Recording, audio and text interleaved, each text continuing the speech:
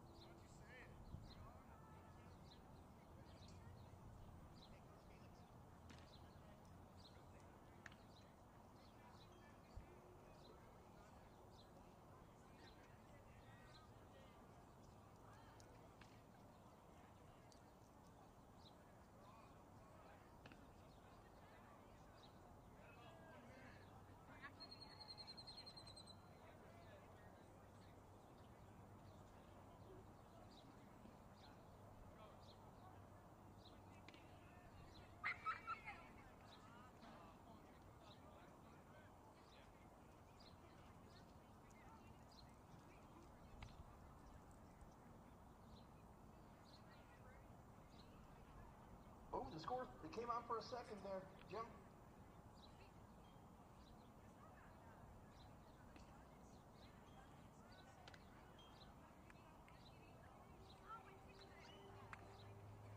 Just want to throw a shout out to Tyler.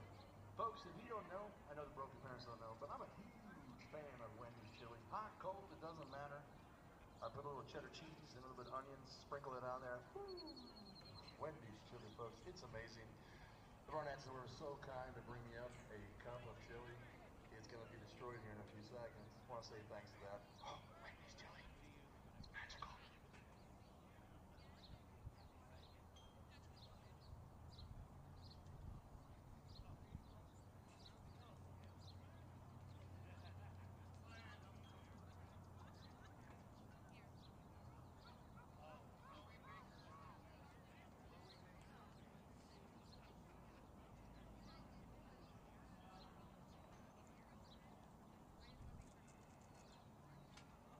It's starting up, Jim. Looks like it's starting up.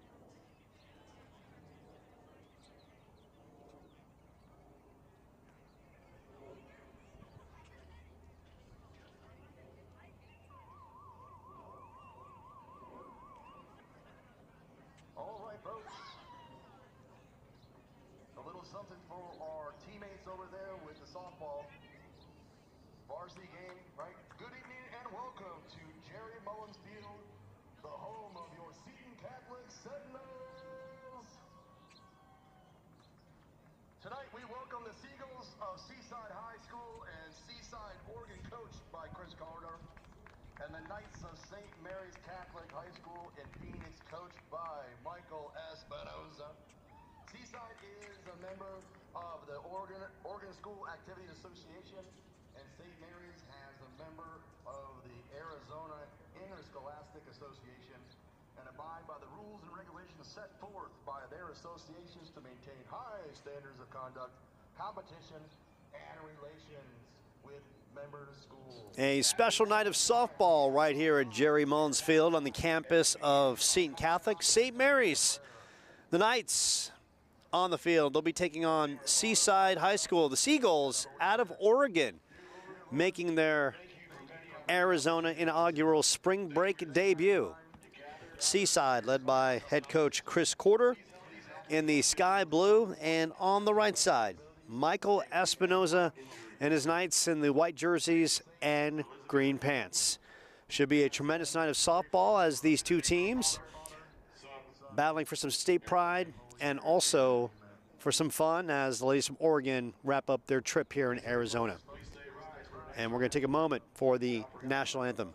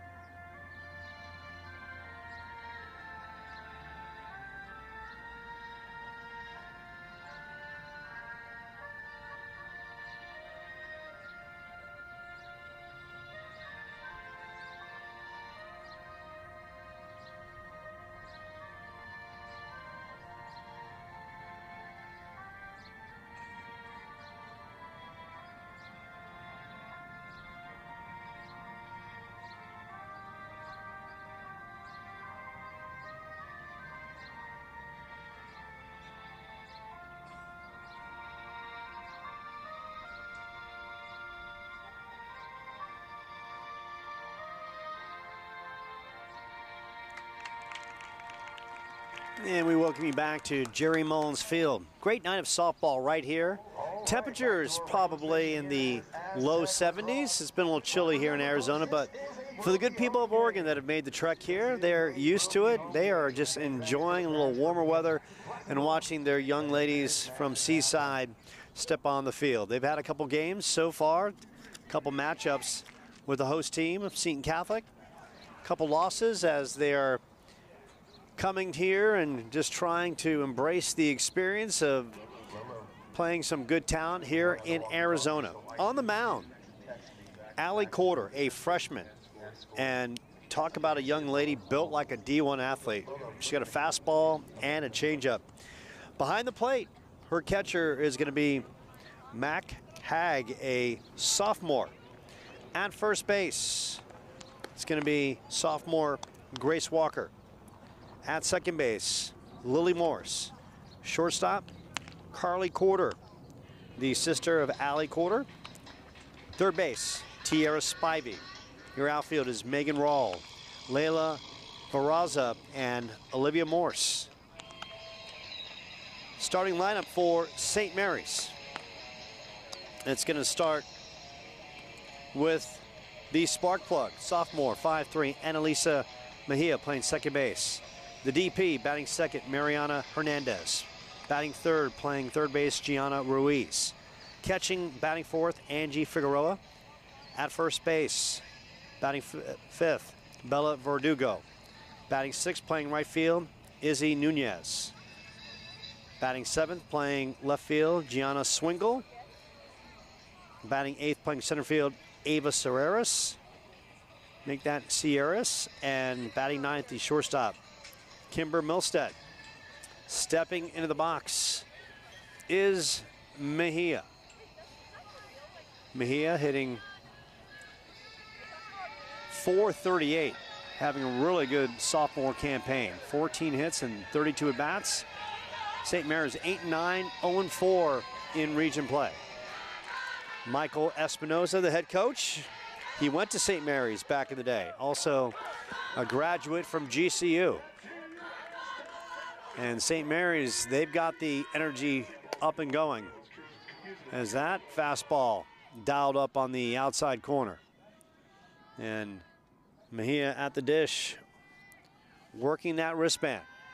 She took the first pitch, infield, third baseman, Tira Spivey, about 10 feet in off the third base bag. Of course, Annalisa Mejia, top of the order. She's got some speed, so she's not going to be afraid to soft slap or put a bunt down and try to leg one out and get her team going in the right direction. 1-1. And that's off the plate. Your umpires. Behind the dish is Jake Fano, and your field umpire, Adam Smith. 2-1 count on Mejia from Allie Corder. And that misses outside, goes to 3-1. The Seaside team from Oregon, led by head coach Chris Corder, making their first spring break competition trip to Arizona. And Mejia works the leadoff walk. And it's been a great experience, a lot of team bonding. They've had the opportunity to go to an Arizona State softball game last night, visit the campus of GCU, and watch the Antelopes get a softball practice in. So it's been a tremendous experience. Batting second, the freshman Mariana Hernandez, hitting .375. She's got some pop, 5 doubles, 3 triples, 1 home run. First pitch from Corder, and that is fouled off, and Hernandez wasting no time. Good crowd on hand as the good people from Oregon have made the trek here. They are defrosting, enjoying all that Mother Nature here in Arizona is dishing out. They'll wrap up their trip after tonight's game and head home tomorrow. 0-1 to Hernandez. This one ripped through the left side, and a nice shot by Hernandez, and the runner turning third and will stop there. So Hernandez knocked deep in the hole that Carly Corder could not get to. So the runners at second and third as Hernandez with that hard shot in the 5-6 hole. Now checking in, Gianna Ruiz, hitting .459. 6 home runs, 17 RBIs, 2 doubles, 2 triples. So Ruiz has got some pop in that stick. She takes a changeup, and that one glides over for strike one. Seaside essentially playing straight away behind their freshman pitcher. 0-1 pitch. And that's fouled back, and a good cut by Ruiz. Corder quickly goes to 0-2. So I was telling the good people from Seaside, if they would have been here a week earlier, the weather was absolutely fantastic. Sunny, gorgeous, 80-degree temperature. They got a little bit of a cold front this week here in Arizona. Nothing that they're not used to. 0-2. And that pitch just misses inside. And they're going to call an illegal pitch against Allie Corder for not coming to a complete set.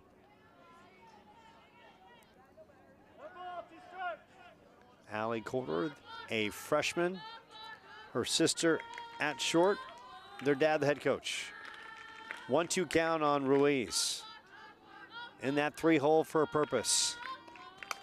And Ruiz, it'll pop up right side, and that is gloved by the first baseman, Grace Walker, for the first out. Good job, Allie.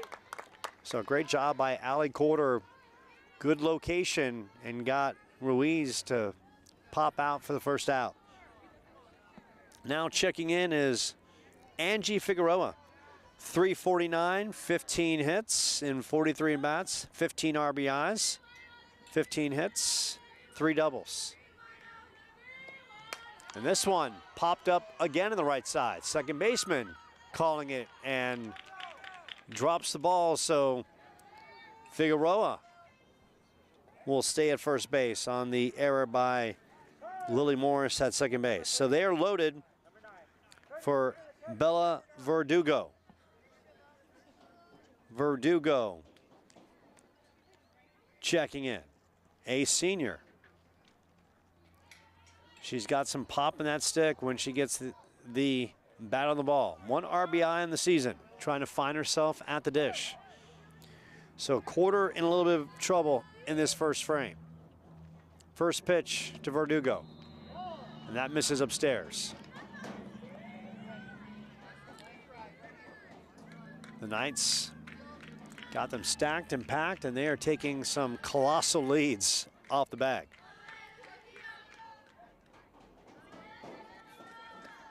And that pitch misses low. Wild pitch coming from up third base is Mejia, and she will score. And also coming in is Hernandez.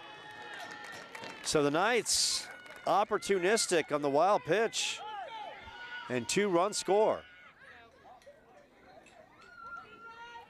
And a 2-0 count on Bella Verdugo. So that right there, this Seaside team, they play in a very competitive 4A Kawapa softball division where 3 of their teams are ranked in the top 10. 2-0 pitch. And this is bounced to the right side, and a good pick, and the flip over is mishandled at first base by Grace Walker. So a great pick by Lily Morris, and the toss maybe just a tad too high, tad too close, maybe too much velocity on it. And Verdugo ends up at first base, and Figueroa scores. It's now 3-0. Izzy Nunez at the dish.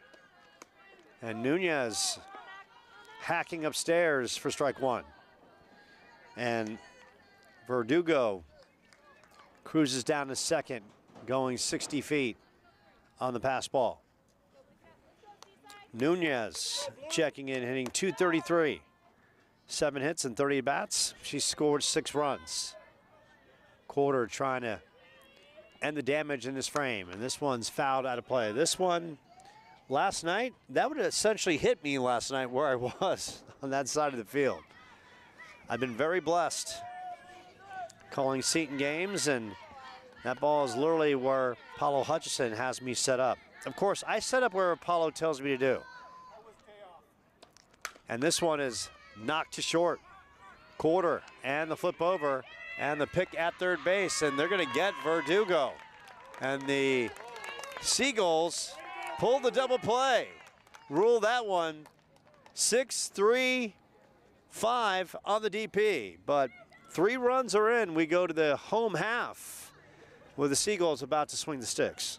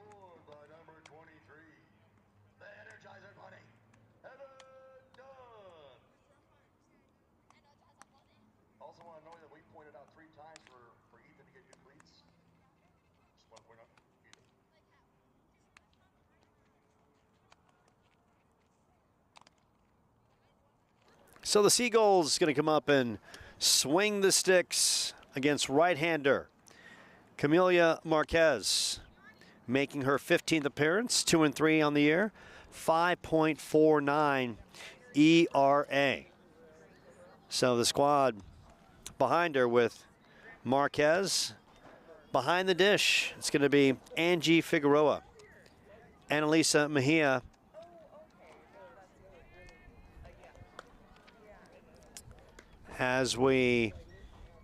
Mejia is at second base. Apologize about that.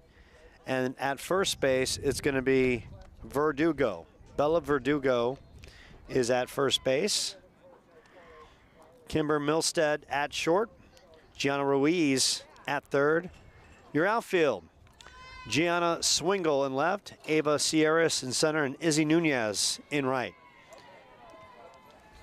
Here comes Seaside. Starts with Grace Walker, the first baseman, Layla Varaza, the center fielder, Tierra Spivey at third base, Carly Corder at short, Allie Corder batting fifth, Megan Rawl in left field, batting sixth, Olivia Morse batting seventh and right, Lily Morse, second baseman, batting eighth, and Mac Hogg batting ninth. And she is catching behind the dish. First pitch, and that is a beauty by Marquez for strike one. A little chilly for April. Nothing too terrible as the sun's about to set here at Jerry Mullins Field. Seton Catholic located off Ray and Dobson Road in Chandler, Arizona. Little squib, Verdugo coming in, and that cue ball's out of play. That's going to be cue ball side pocket accordingly. Little backspin, and sometimes that is the toughest play for a player because they got to remember any direction the ball is going to go in the backspin, that's where it's going to head. It's never going to go the other way. So Marquez working quickly, and that is fouled off. A good, healthy cut by Grace Walker, the first baseman. Seagulls trailing 3-0 here in the home half. Of course, Seagulls 2-6 on the year. Lost a couple games to Seton, the host team, while they're here in Arizona. This one ripped to center, and how about the shot by Grace Walker? And the Seagulls, they're chirping, getting off to a nice start. And the lovely Jen Hutchison is here, and Jen provided me a nice parka last night that was so comfortable, and she has it here just in case. We don't need it tonight, but man, Jen was a hero as Layla Varaza steps in, the center fielder. Varaza's got all kinds of stickers in the back of her helmet, which means you earn those stickers, that means you've done something good. They throw down, the runner got a little bit of a jump as if she was taking off and heads back. Chris Corder, the head coach, went to college at West Oregon and Boise State. Also spent some time in Texas as an athletic administrator. I'm going to say that was Texas A&M. So that misses upstairs. And we have on the other field right now, we have a little lacrosse team going. It's got some players mixed in with Corona on a club lacrosse squad. And this one is tap foul on the first base side as Verdugo gives it a chase, and that'll be tracked down by Izzy Nunez, who flips it over. So we welcome the good people from Oregon coming down and enjoying the sights and sounds of Chandler, Arizona. And the good people from St. Mary's making the trek from downtown as well. They are on the visitors' side, and some of their fans are blinded by the sun as this one is ripped through the right side, and that's going to get through. Layla Varaza with a single. Back-to-back singles by the Seagulls. And back in the day of growing up in St. Petersburg, Florida, working on the beach of St. Pete Beach. Worked at the Trade Winds Hotel. Saw all kinds of seagulls. Of course, they were always looking for some victuals and then some. Tiara Spivey checking in, the third baseman, as Marquez checks her wristband for the sign. And she lays down a beautiful bunt. That's tremendous. The throw down, bang, bang play. And that was very close, and a tremendous play by the catcher, Angie Figueroa. Tremendous put out as the runners advance. Now it's Carly Corder checking in. Carly, the shortstop. Young lady, a junior, and we could see her on the mound later this evening. She's got some size, and she's got her share of stickers on that helmet as well. High chopper, and this one is going to eat up the shortstop on the in-between hop. A run is in. And I'm going to give that a base hit because that was a tough angle, and the shortstop managed to come up and make a play. That was Kimber Milstead who took the tough in-between hop. She handled it well. So Grace Walker scores. It's now 3-1. Here's Allie Corder. And Allie, no question, looks like a D1 athlete. Allie showing bunt, but something tells me she's going to pull back and take a rip. And the runner's going down, and pick play and bang, bang play. And they got the runner going home. So Veraza's thrown out at home on a tremendous throw at second base by Mejia. Meanwhile, Carly Corder goes to second base.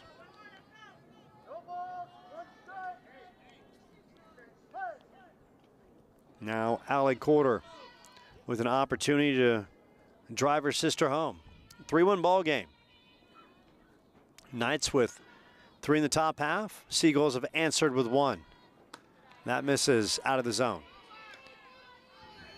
Seaside Seagulls out of Oregon in the sky blue uniforms. Of course, St. Mary's in the classic green and white. St. Mary's, the home of Channing Frye as well as Jared Bayless, 2 incredible basketball players in their time. Former NBA stars. And this one is knocked foul on that first base side. Oregon has brought their fan base. Numerous fans have made the trek from Oregon to warm up. And of course, St. Mary's have brought their fan base as well. Marquez checking the wristband and trying to find the equalizer to sit down Corder. Here it is. That misses upstairs. On deck is Megan Rawl, the left fielder. And you can hear it in the backdrop. The announcer talking about the lacrosse matchup across the way. And I think the score was Brophy 4 and Corona and the Seton makeshift squad 3. And a little pickle going on right there.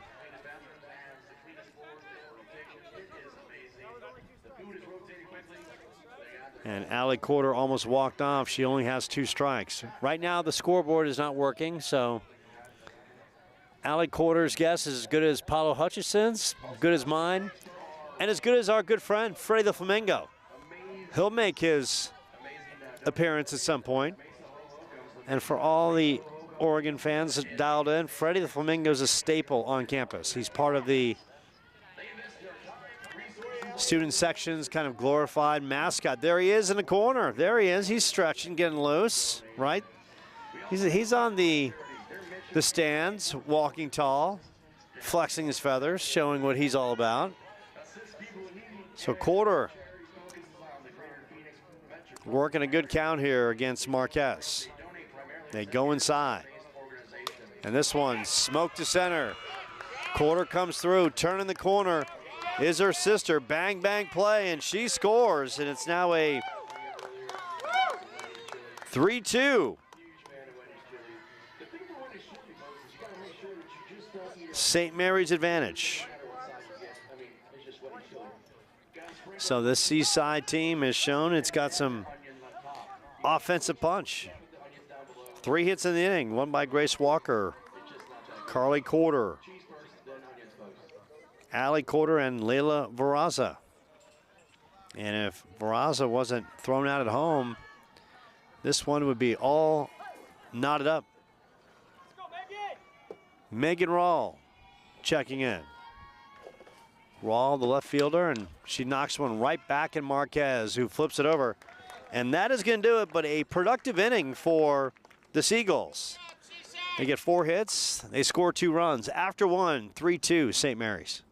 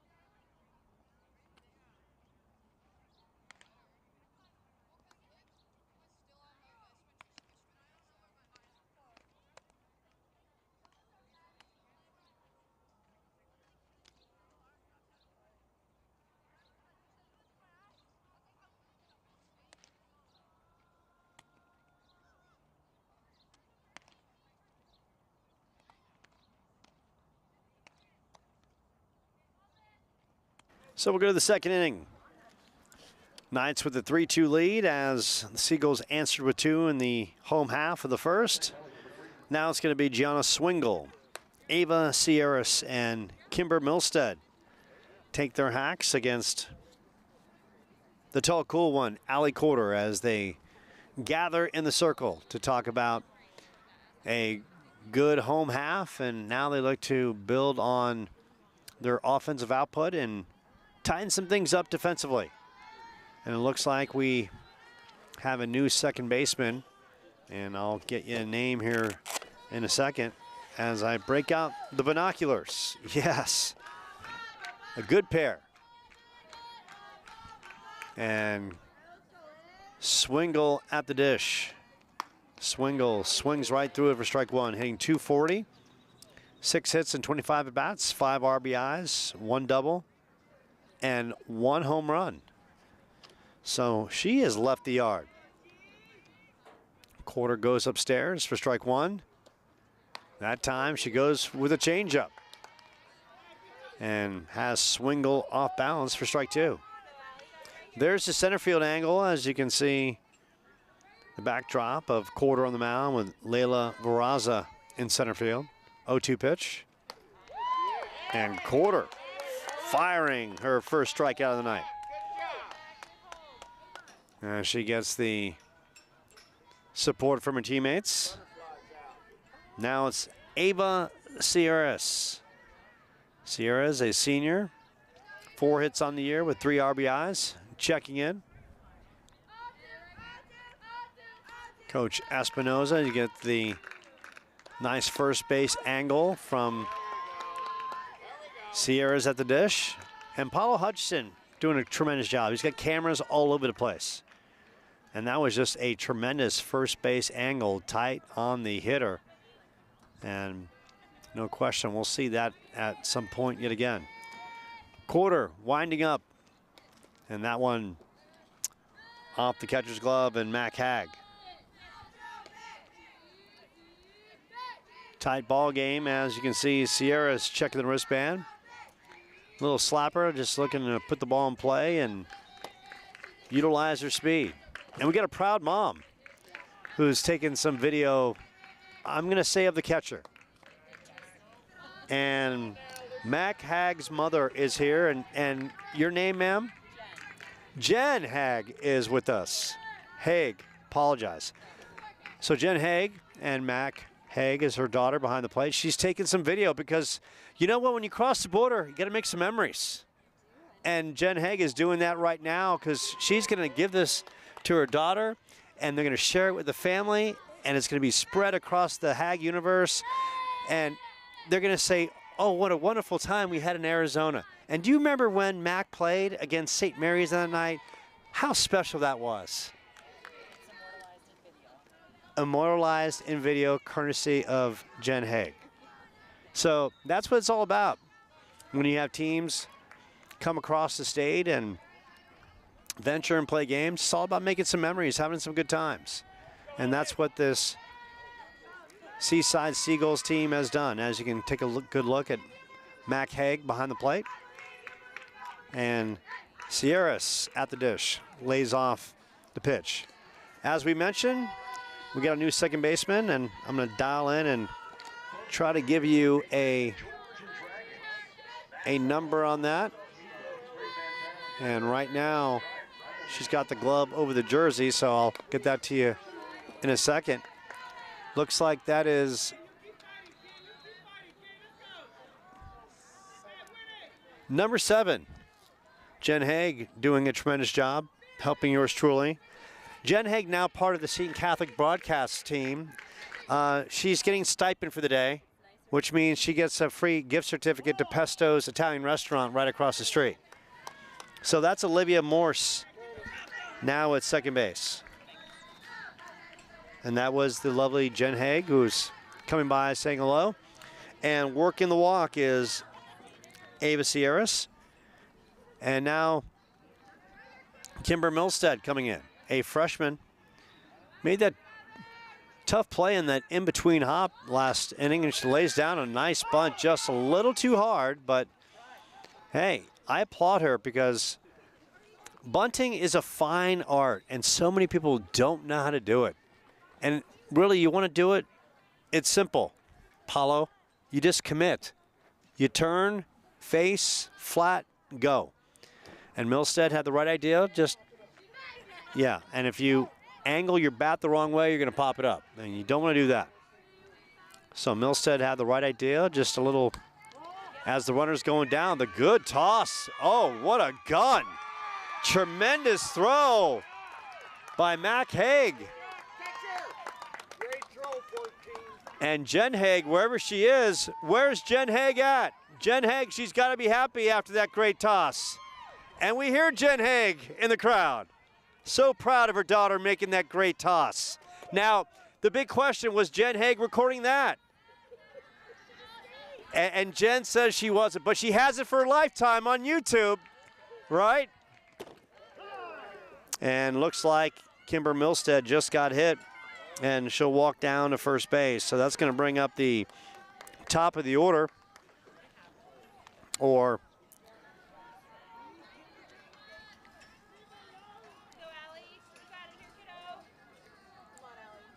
as Milstead at first base. Sierras was out. So that is where we are now with 2 outs, and top of the order as that one is ripped to the left side. Mejia showing her worth.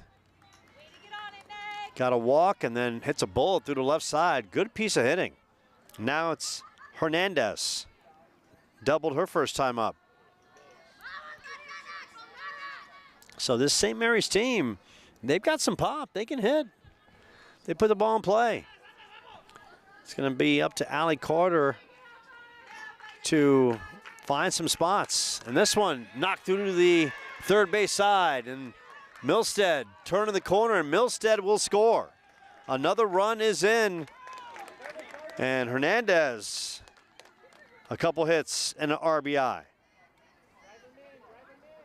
So now a 4-2 St. Mary's lead. The scoreboard's not working, so we're doing the best we can And Paulo Hutchinson has told me that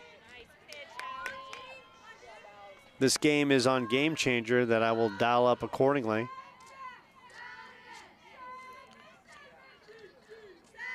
And there we go. So at the dish now is Gianna Ruiz.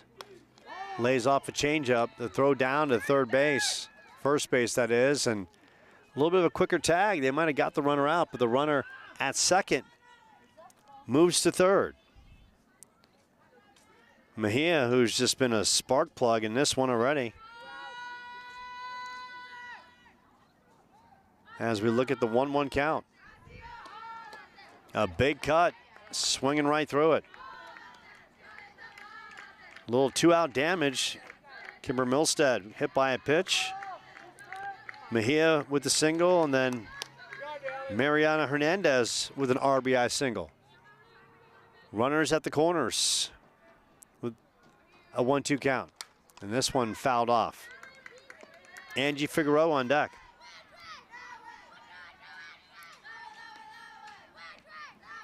And you can hear the classic softball quote.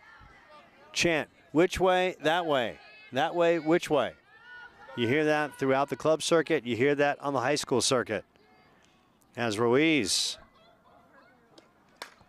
pops this one straight up. Jen Haig, can she make the play? Nope, Jen nowhere close. As that one goes a little farther back.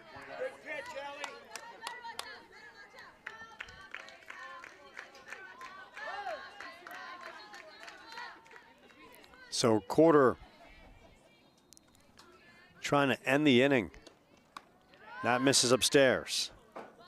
Angie Figueroa on deck. St. Mary's, 8-9, 0-4. Talking to Coach Espinoza, he says they've been plagued by some defensive lapses. Pretty young team when he talks about his squad.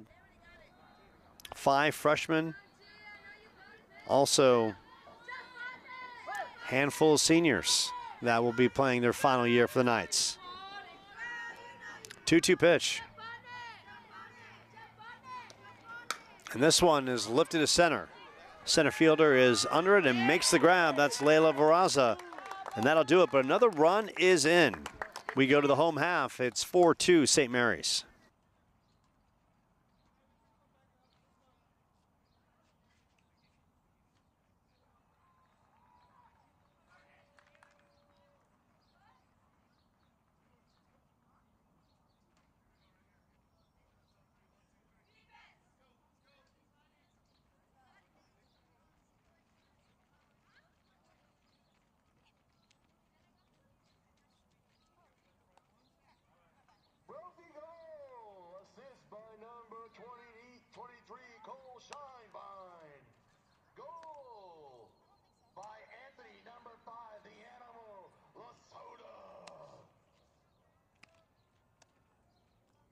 And whoever's calling the lacrosse game, well, they've got their share of caffeine going and then some. They're lean, mean, and full of spirit. Gotta love that. So we're going to the bottom of the second, and we've got, looks like, a pitching change. As, nope, that's still Marquez on the mound. Marquez gave up a couple runs as the Seagulls came back and made some noise. So coming up, it'll be Olivia Morse, Lily Morris. So there was no second base change. Mac Haig, the catcher. And here we go, 4-2. Of course, the Knights fans have made the trek from downtown Phoenix. One young lady has a beautiful St. Mary's green jacket. I mean, I bet that plays well on St. Patty's Day. It's like the perfect outfit for St. Patty's Day, or if you wanted to be the Riddler on Halloween. Big cut by Olivia Morse, the right fielder. Of course, the Seagulls wrapping up their time. Then they're going to go back to Oregon, where Mother Nature treats them oh so well. They've got a brand new softball facility there, all turf. Before that, they were playing on the football field, making do. And Marquez bounces one in the dirt. Angie Figueroa behind the plate. Of course, your home plate umpire is Jake Fano, and your first base umpire is Adam Smith. Marquez checking the wristband, trying to pump the zone. Big cut by Morse. Swings right through it. 1-2. So yours truly, just loving Paulo Hutchinson with the lower third stats. Yours truly dialed in on that. Marquez once again checking the wristband. 1-2 pitch. And that just misses. Marquez looking into the dugout at Coach Espinoza, hoping to get that call. It goes to 2-2. Second inning from Seton, St. Mary's and Seaside. A battle of state pride on both sides. And that is fouled off.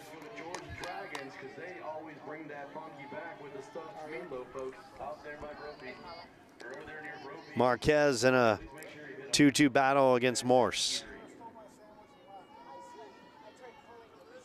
Seaside looking for a victory, as initially, before they found the hospitality of Seton Catholic, they were looking for, and how about the strikeout by Marquez? Now it's Lily Morris, the second baseman, checking in. So Chris Corder and Seaside Eagles were looking to come to Arizona and play in a tournament that was going on in Mesa. I want to say that's Legacy Fields out there. Couldn't get into it, so they called around, and finally they connected with Jim Shoebridge and Seton. Seton's like, yeah, come on down. Make it happen.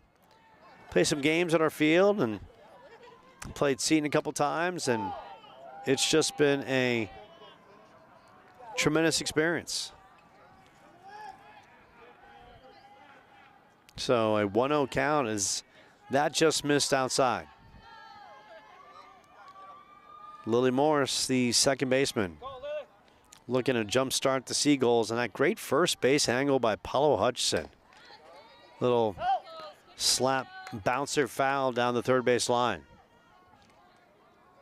Evens the count at 1 apiece. Lights are coming on here. Soon enough, we'll be underneath the lights here at Jerry Mullins Field. Jerry, one of the coaching legends here at Seton, just like Karen Self and Jim Shoebridge on the track side as well. 1-1. And that misses outside on the emphatic call by Jake Fano. 2 balls and 1 strike. I've seen Paulo with a lot of cameras, but I'm digging his first base angle camera. 2-1 pitch from Marquez to Morris. And that goes through the wickets of Angie Figueroa. It goes to 3-1.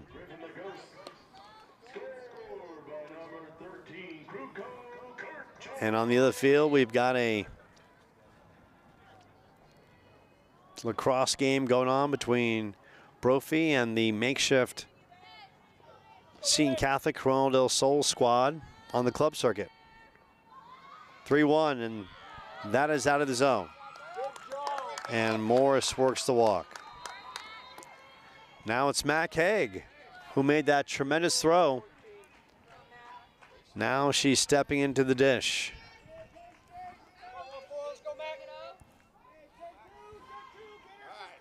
Of course, Jen Haig watching closely after taking some video of her daughter catching. She wasn't taking video of when her daughter made the great throw to gun down the runner, but she'll have that on the live stream. How about that? Memories being made as Figueroa throws down on what she thought was the stolen base attempt. But the runner and Lily Morris only faked and went back to first. This would be a perfect night for a little hot chocolate, maybe even a hot dog. Hamburgers. And from what I've heard from the lacrosse matchup, Wendy's chili is oh so good. And Figueroa throws down, and once again, Morris just playing some running games between first and second. 2-0 count. Seaside trailing 4-2 here in the home half of the second. Marquez checking the wristband. Now dialing in on Figueroa. That misses low. And once again, getting a healthy lead, Lily Morris. Now Mac Haig. Gotta wonder. 3-0 count. You're down 2. Got the top of the order coming up with Grace Walker on deck. See if Chris Quarter gives her the green light or tells her to take a pitch. Here it is. Taken all the way. As Lily Morris goes roughly halfway between first and second. 3-1 count. You get the sense 4-2 game if this won't end up being the score between these two teams. 3-1 pitch. This one knocked to short. Milstead. And the throw over. How about that? Milstead, unassisted. Gets the out at second, then the toss over. And Verdugo on the 6-3 double play. Tremendous play as we go to the top of the third. Knights up 4-2.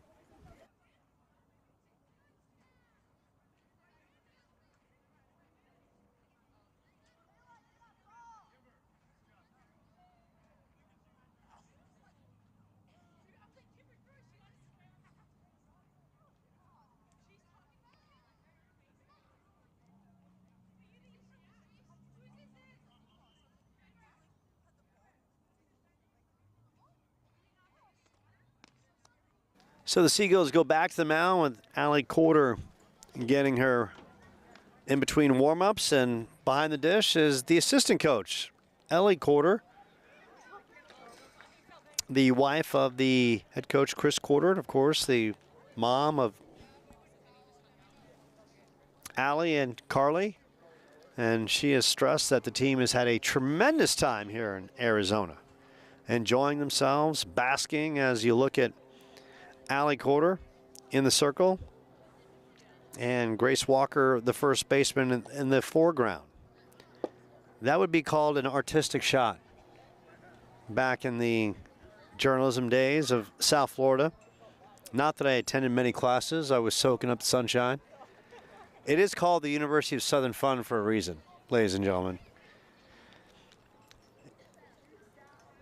And now the Seagulls come together as the Knights look to go to work. Angie Figueroa, Bella Verdugo, and Izzy Nunez. Third inning with the Knights up 4-2. Now we got the tight home plate center field ISO camera, kind of like what you see back in ESPN back in the days. Paolo's breaking out all the new gear. First pitch. This one bounced to the right side, and good play at second base by Lily Morris for the putout. One pitch, one out. Allie Quarter couldn't ask for anything more.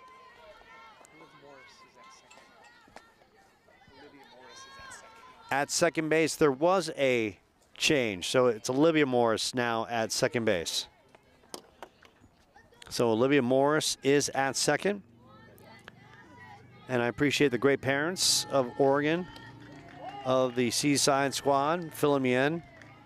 Look, I'm only human, born to make mistakes. Bella Verdugo reached on an error her first time up. Verdugo, no question. She's got some long ball pop if she gets into one. Quarter dialing into her catcher, and Mac Haig as that misses upstairs. Looks like they got a little running joke going on. Smiles on both their faces, but that's great to see. They're here having fun, playing a little softball, soaking up Mother Nature and making some memories for a lifetime. 2-0 pitch, and that's going to knock off Verdugo, and she'll go down to first base. That one skipped off the front part of the batter's box right into the ankle of Verdugo. Is trying to walk that off a little bit at first base as she talks to the first base coach, and Verdugo's a champ. She's not coming out. She is built, as they would say, for tough. So she's walking it off, and she'll test that wheel at first base. Now it's Izzy Nunez. Bounce into a 6-4-3 double play. First time up on great defense by the Seagulls. That one bounces and gets away from Mac Haig, but Verdugo stays at first base. Knights got 3 in the first, 1 in the second. Seagulls got 2 in the home half of the first. And that gets away from Haig as Verdugo thought about it and then pumped the brakes about 10, 15 feet in. Nunez at the dish. 7 RBIs. 7 hits on the season. Looking to provide some pop against Quarter here.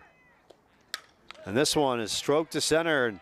Good running catch by the center fielder, and the chance for the double up situation as Verdugo goes to second on the overthrow and dives in, and she is in.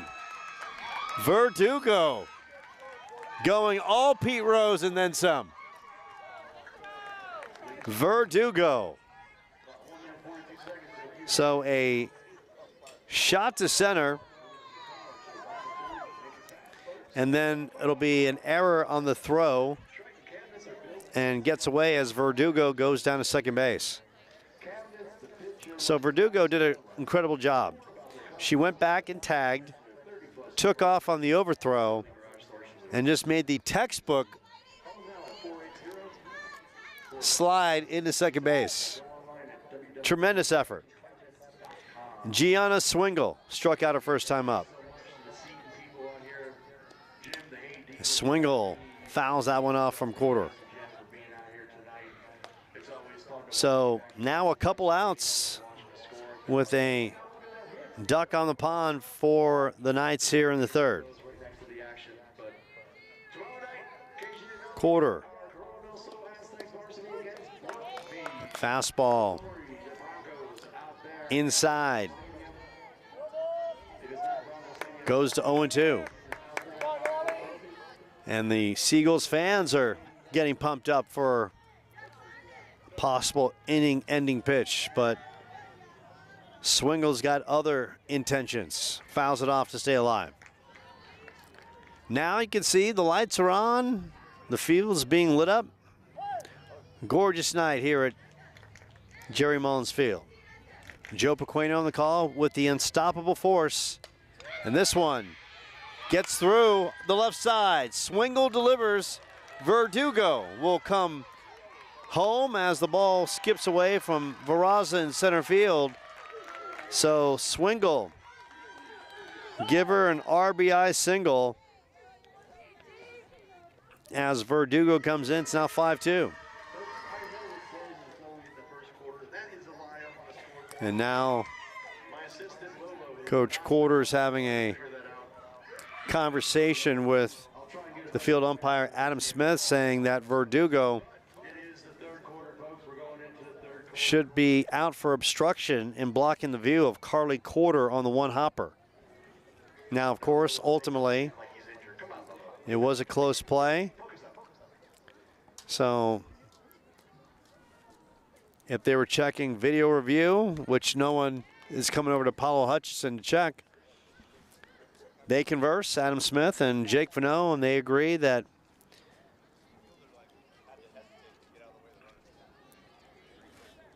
That Verdugo did not obstruct the view of quarter at short. Now it's Ava Sierras. Walked her first time up.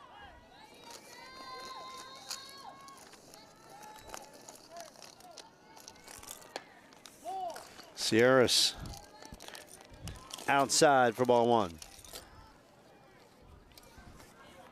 Looking for my trusty highlighter that I have found that will come in handy in the course of this contest. So the Knights, little pop up on the slab, heading our way.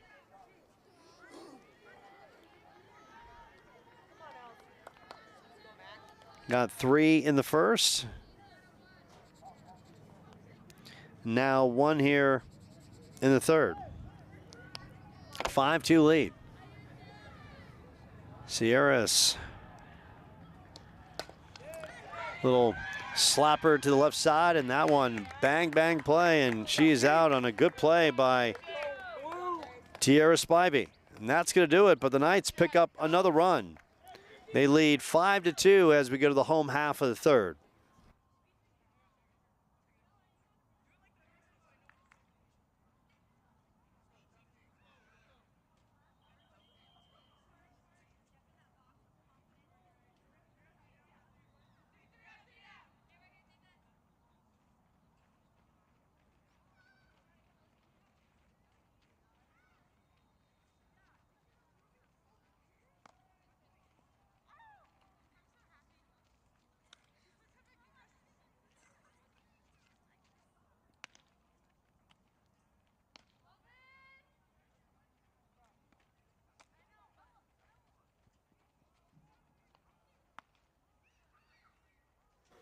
We go to the third inning. Bottom half, Grace Walker, Layla Varaza, and Tierra Spivey for the Seagulls. Trailing 5-2. Walker singled her first time up as Seaside scored a pair in the first. Walker singled and scored. Carly Corder also singled and scored on an RBI single by Allie Corder. That inning was potentially cut short as Layla Varaza was thrown out at home on a delayed steal. Now Marquez back on the mound, going for the top of the order. 1-2-3. First pitch. This one popped down the right side, and that is foul, and giving chase out there is Izzy Nunez.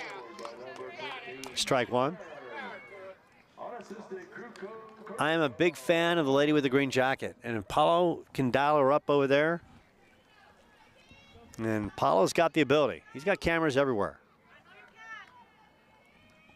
0-1 count to Grace Walker from Marquez. Marquez, the youngster, making her 15th appearance. She's thrown a lot of innings for this Knights team. Slow roller left side, good pick, and the throw over, and a perfect strike. Gianni Ruiz, the perfect heave, and then some. And there it is. How about that green jacket? Oh, I'm loving that one right there. Tremendous green jacket. That is what you call a Riddler special. You can wear that at St. Patty's Day, any St. Mary's event, or Halloween. You've got 3 events throughout the year. Loving it. Layla Varaza singled her first time up. And Varaza, as we mentioned, thrown out at home on a delayed steal. Varaza has a multi-colored bat. Multiple colors in that one. A little blue, a little red, a little orange, a little yellow. The whole spectrum.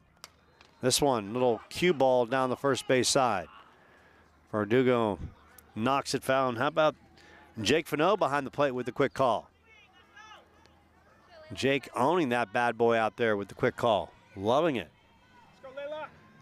1-1 count. As Marquez continues to dial it up, and you can see the bat on the third base, first base side. This one lifted up right side, and how about Izzy Nunez making the catch in right field? Izzy doing things with the leather. Quickly 2 outs as Tierra Spivey checks in. Spivey thrown out on a great sack bump, but a tremendous play by Angie Figueroa. Figueroa out of the crouch and picked it up and threw a dart down to first base. Not an easy play, but she made it look easy. Marquez. First pitch. This one, tap foul on the third base side. So for St. Mary's, young squad, 8-9, 0-4 in league. They've had some trouble in region play, mostly because of some bad defense along the way. They are coming off a little bit of a losing streak. They've lost 6 in a row. This one, and Milstead gave it a good effort, and that is line to center. A 2-out single by Spivey as Carly Corder checks in. So, Knights trying to end a little bit of a skid. They've lost 6 straight to Pushridge Christian Academy, Marcos Deniza, Bradshaw Mountain, Marcos again, and 2 games to Arcadia. Last time out, they lost to Arcadia just yesterday by the count of 7-2. Porter checks in, singled her first time up, and the great play by the second baseman on the short hop. Oh, that was tremendous by Mejia. Quality glove, and that ends it on the force out. We go to the 4th inning. It's 5-2 St. Mary's.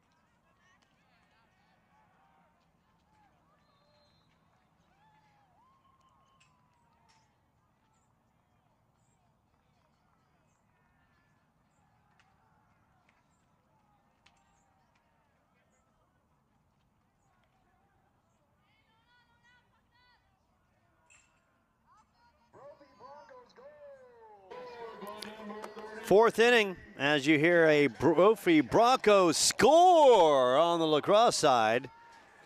And here comes St. Mary's, Kimber Milstead. Milstead hit by a pitch and scored. Her first time up. Takes a strike from Corder. It'll be Milstead, Mejia, and Hernandez. Right here in the 4th inning, this game cruising along. 6 o'clock start between these two out-of-state rivals. Seaside High School and Seaside, Oregon, and of course St. Mary's, located downtown Phoenix. 1-1. Oh, and the lovely Jen Hutchison just bringing me snacks. My goodness. I've got Oreo cookies, I've got chips, and I've got a Diet Coke. 1-2 count. Allie Corder, a freshman, fires that one. That's going to be a slow roller down the first base side, and the put out. Unassisted by Grace Walker for the first out. And here is Mejia, who's been outstanding in the leadoff spot. Walked and singled. The single through the 5-6 hole her last time up. So this young lady is pretty impressive. She came into this one hitting .438. A sophomore, 14 hits, 5 RBIs, 2 doubles. 2 triples.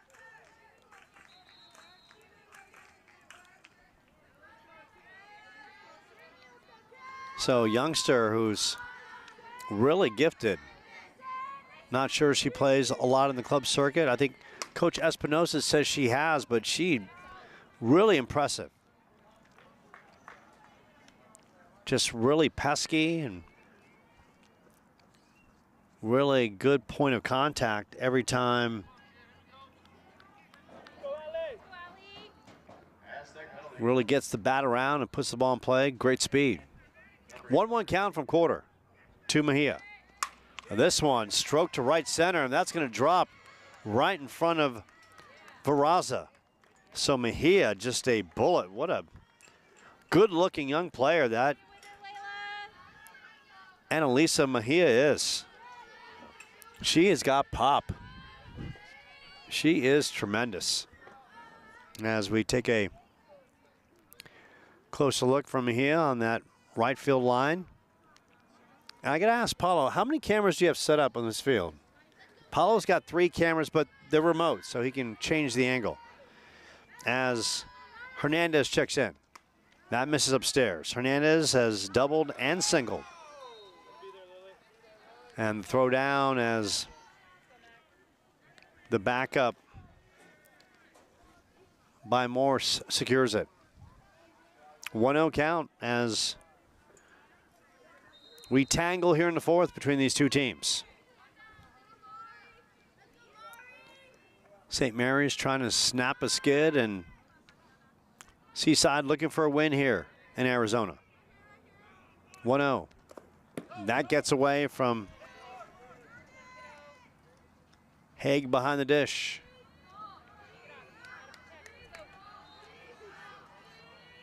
A 2-0 count.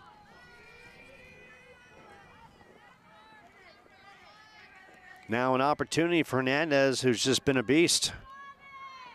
Coming into this game, hitting .375. Couple hits, up in that mark. Looking to knock one the other way. Fouls one off.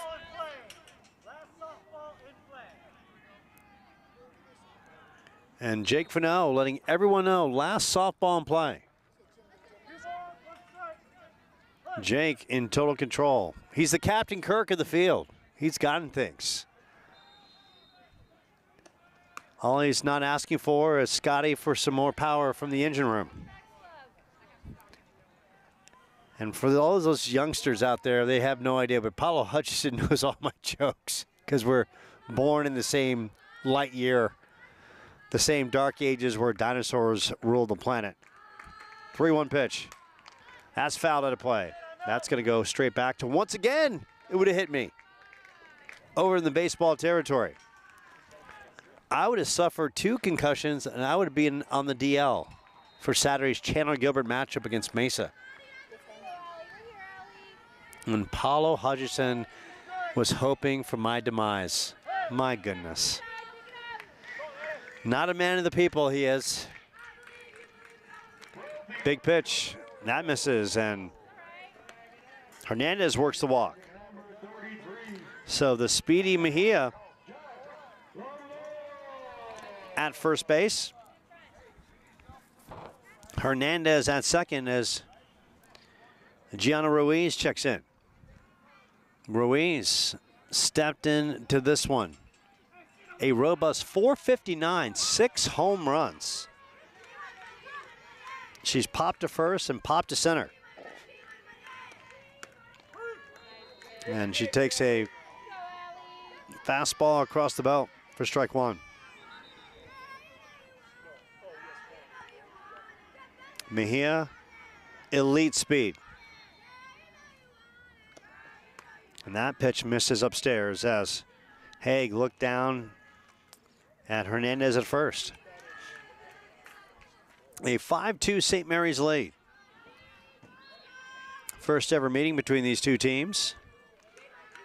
And Seaside and Chris Corder, they could be making this an annual trip. Coming over to Arizona and just playing some softball games and enjoying themselves. And that would be pretty tremendous. going out of state, playing some competition, and having a good time. 1-2. And that's fouled out of play. This one straight back. Right into the stands in the baseball field area, which is just literally a stone's throw away. This Seton campus is tremendously huge. Softball field, baseball field across the way. Michael Eubanks Stadium right behind us.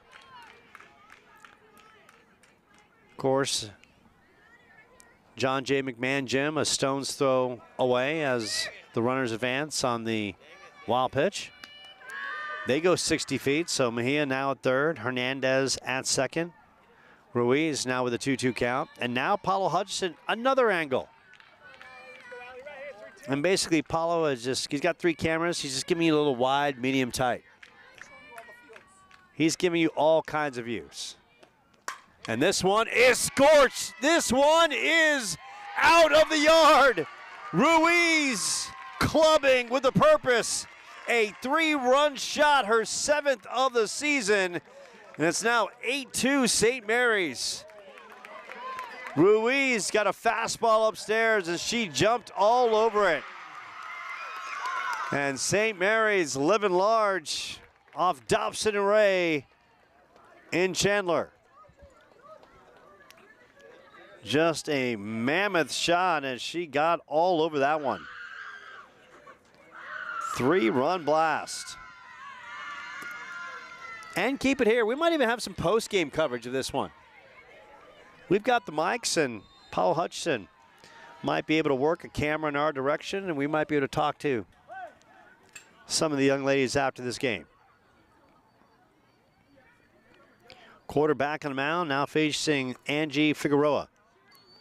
Figueroa is singled and bounced out to the second baseman in the third. Now 8-2. As you hear the horn blowing over on the lacrosse matchup, and that's fouled down the first base side. So this St. Mary's team that has gone through a little bit of bad luck. They had a nice little winning streak. 5-game winning streak, and then they lost one and then beat Tombstone, and they've lost 6 in a row, so they're anxious to get back on track. And this one is Sky to the shortstop. Right there, making the play is Carly Corder. And that is the second out in the inning as Bella Verdugo checks in. Verdugo hit by a pitch and scored in the third. Rishana Era in the first. Tremendous running by Verdugo. A sack situation where she was at first base, and a play that Veraza made on a fly ball and overthrew the first baseman, and Verdugo, who was at first base, took off for second and eventually would score on a single by Gianna Swingle.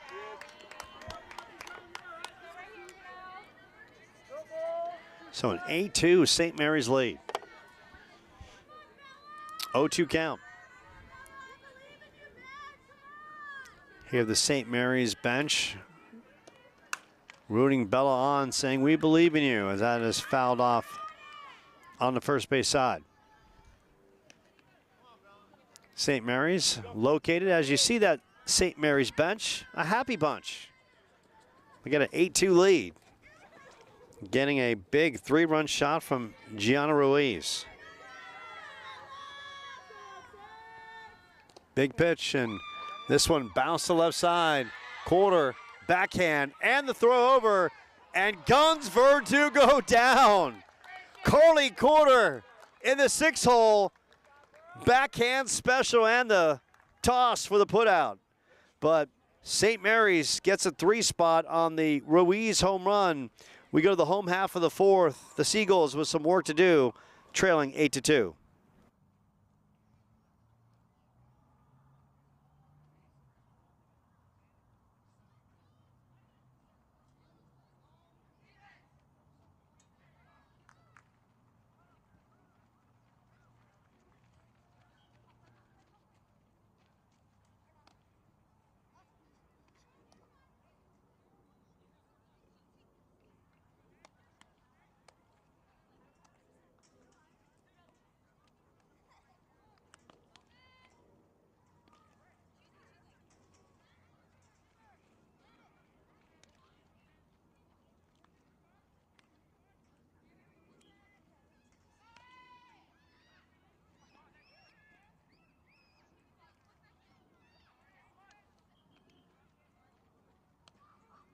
Bottom of the fourth, the Seagulls, they got some work to do. Got to start flapping out those feathers and get some runners on base. Allie Corder, followed by Megan Rawl and Olivia Morse. Allie with an RBI single, part of a 2-run first inning, knocking in her sister, Carly. Marquez, Camelia Marquez, going for her 3rd win of the season. So far, she's done a nice job on the mound as that one skips as Figueroa pulls it up off the dirt.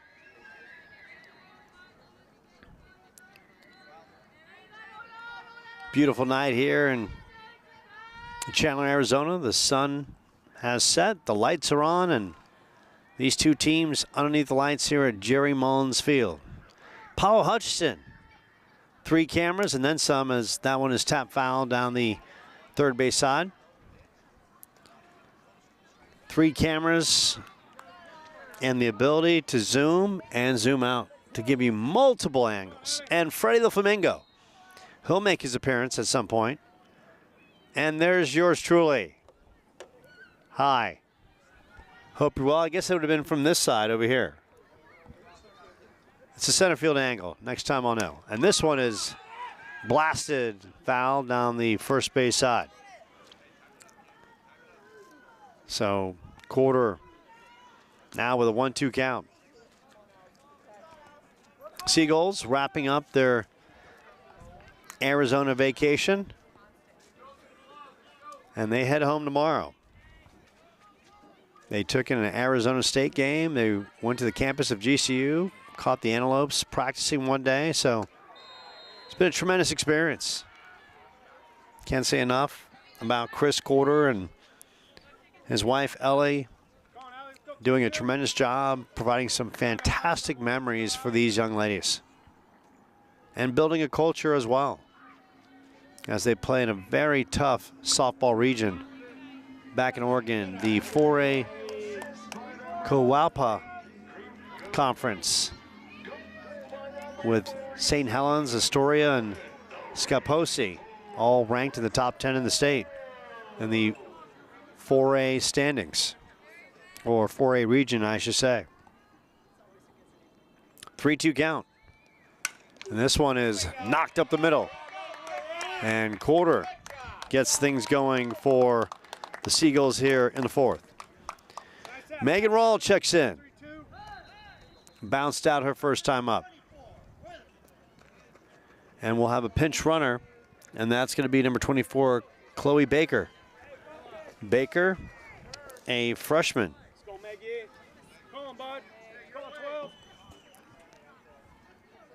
And now we have another camera ISOing the young lady at the dish.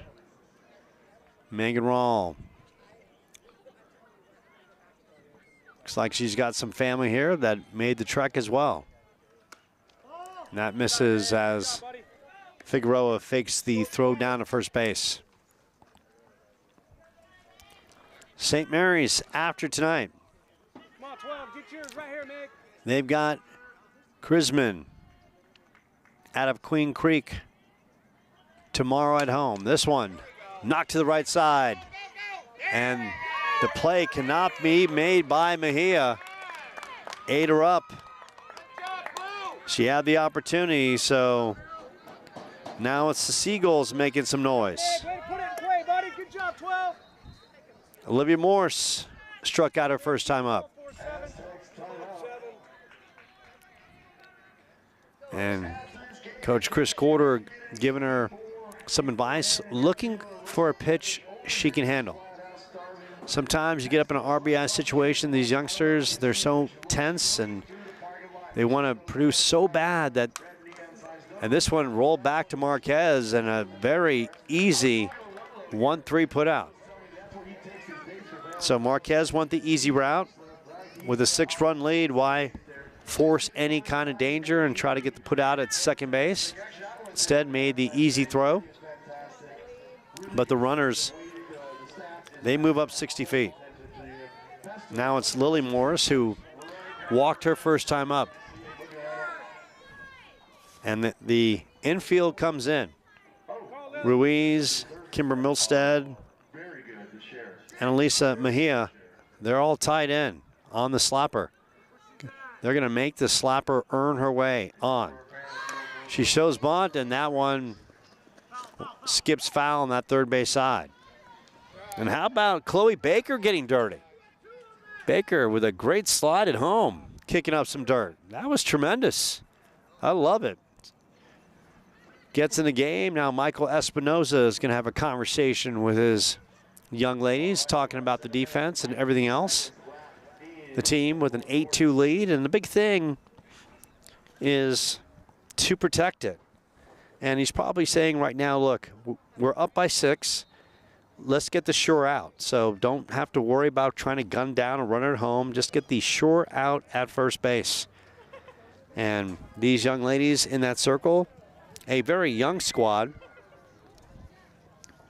a team with only a handful of seniors, 4 that is, and the rest are pretty much underclassmen. So this is a St. Mary's team that, led by their coach, who went to St. Mary's, is trying to rebuild it. And he's got some young, youthful players to make that happen. 0-1 count on Lily Morris. Runners at second and third. Opportunity for the Seagulls. She lays down a bunt, Verdugo, and they go the sure route. And that's a tremendous play right there. We just kind of talked about it for Espinoza and his defense. He pretty much said, hey, get the sure out. And Verdugo did a tremendous job.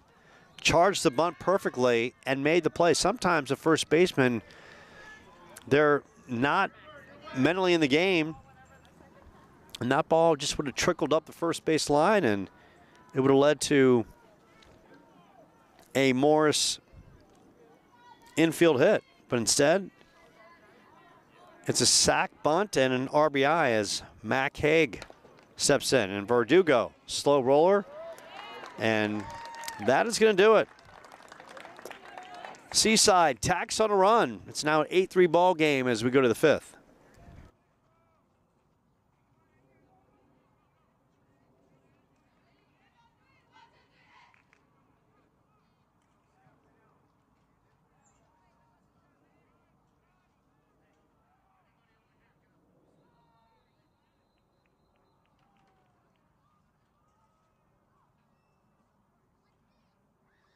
Timeout, Brovey Broncos.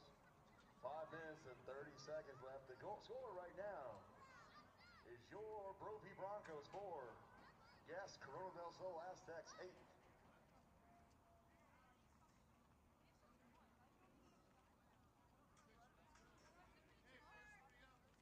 Marty said he's heading over to Pesto's right now. See you, Marty.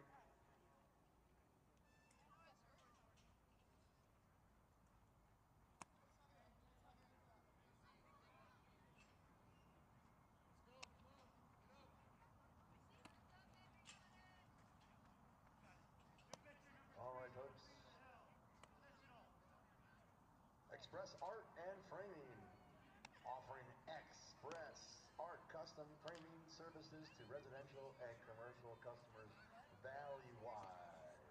Led by skilled design team, Kate Batzler. We can frame anything is their slogan, not just pictures and posters, folks. Come visit them today at 3112 East Camelback Road, Phoenix, Arizona 85016.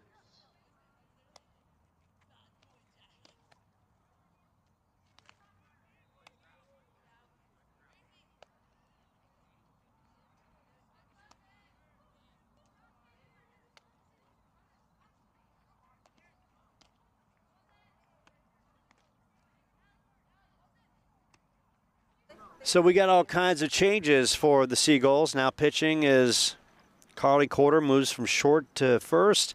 Allie Corder goes to first base. And Grace Walker goes from first to short. And I just had a nice conversation with John Rail, the father of Megan Rail, and had some nice things to say about the team's time here in Arizona.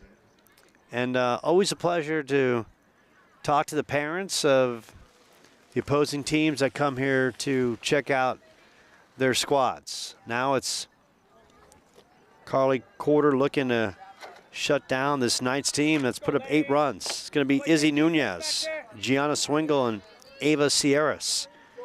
Nunez bounced into a rare 6-4, 5 double play. Actually, it's a 6-4, 3-5 double play, and then she popped to center. Corder showing her versatility, going from short, and she can. And how about the play at second base? Wow, tremendous play by Olivia Morris. Flat out gloving, made that look easy. Little backhanded stab that gets the Seaside Nation up on their feet. Tremendous. And that was just like, oh, I got this, no problem. It's almost like, oh, no problem, and the toss over. Sweet leather by Olivia Morris as Gianna Swingle steps in. Struck out and singled, RBI single in the 3rd. And you can tell that Carly Corder, she can bring some gas. She's pumping it. Carly, a junior, can throw a drop ball, fastball, a changeup. That one skips in the dirt. Had a chance to talk to her briefly in the dugout as Swingle goes down to first base on the hit by pitch. Now Ava Sierras checks in, walked and bounced to 3rd. Kimber Milstead on deck. A very young St. Mary's team.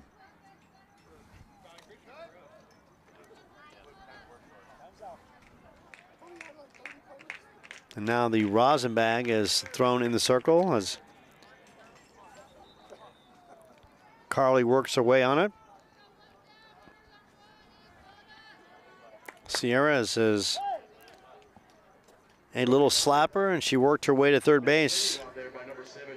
Bounced down to Spivey her last time up. This one rolled to Walker, and that's going to bang, bang play. And Sierras will get credited with the infield single as Walker on the flip to second base. And it was beaten out by Swingle. Now here's Kimber Milstead. Milstead hit by a pitch and scored. Part of that 2nd inning. And grounded out unassisted in the 4th. And Milstead shows bunt and pulls back. Go, Carly. Want to get some post-game coverage for this one afterwards, because Paulo Hutchinson loves post-game coverage. He's all about it. He's like, Joe, whatever we do, let's have a tremendous game. Let's make sure we get post-game coverage, and we're going to have that here. 1-0 count to Kimber Milstead. And Milstead just grazes her bat to even a count at 1-1. Milstead, a promising shortstop. Will grow into her frame, and she'll learn how to work the stick, but it's got some great mechanics at shortstop. Fast, good lateral movement, moving east and west, and Annalisa Mejia, almost her campaign manager. I'm a big fan of hers, and that misses upstairs as base runners jump off and get a good jump with Mejia on deck. Mejia has been tremendous in this one. A walk, a single, and another single.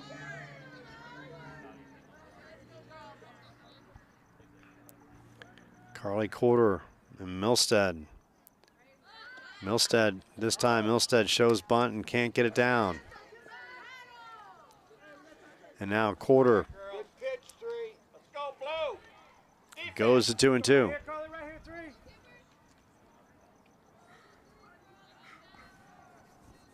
We're about an hour and a half into this one from Jerry Mullins Field on the campus of Seton Catholic. Paulo Hutchinson live stream, Joe Pequeno on the call. So glad he could join us. Beautiful night, Thursday night softball as that misses upstairs. Now it goes full. And Mejia is on deck, hitting a robust 438. And tacked a couple more hits on, so probably more like 445, and that is out of the zone. And they are stacked and they are packed.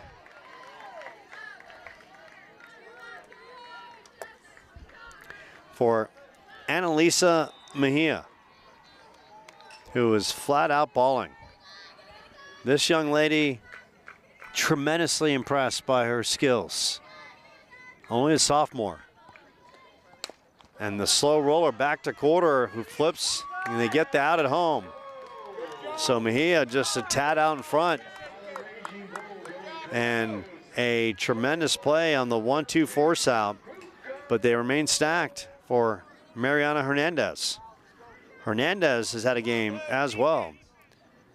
Doubled in the first, RBI single in the second, and walked in the fourth. St. Mary's trying to tack on 3 and get out of this one with a run roll in the home half. That misses out. Bases full of Shamrocks. And it's not St. Patty's Day. Knights, of course, their colors, green and white. Quarter on a 1-0 count to Mariana Hernandez. And Hernandez, a little over anxious. Try to break out the 9-iron and knock that one out to the trees out in center field. Quarter trying to get out of this one, give her team a chance. 1-1. And Hernandez once again, as the runner from third base comes down, and she will score. Tremendous hustle by Ava Sierras.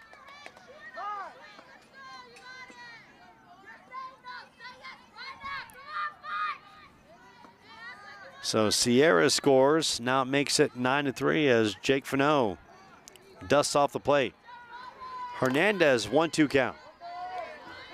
Hernandez not helping her cause, swinging at a couple pitches out of the zone, just a tad anxious. 1-2 from Quarter. And that one's going to dial her up, and Quarter gets out of it as Hernandez is frozen. But the Knights tack on another. They lead 9-3 as we go to the bottom of the fifth.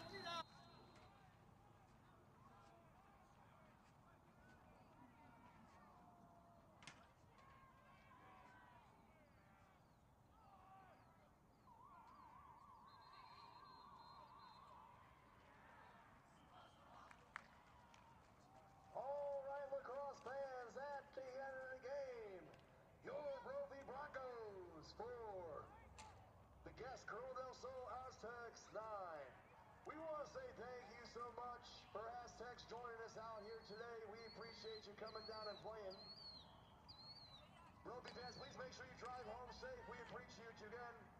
Thanks to Jim out here at Seaton, the AD, always representing.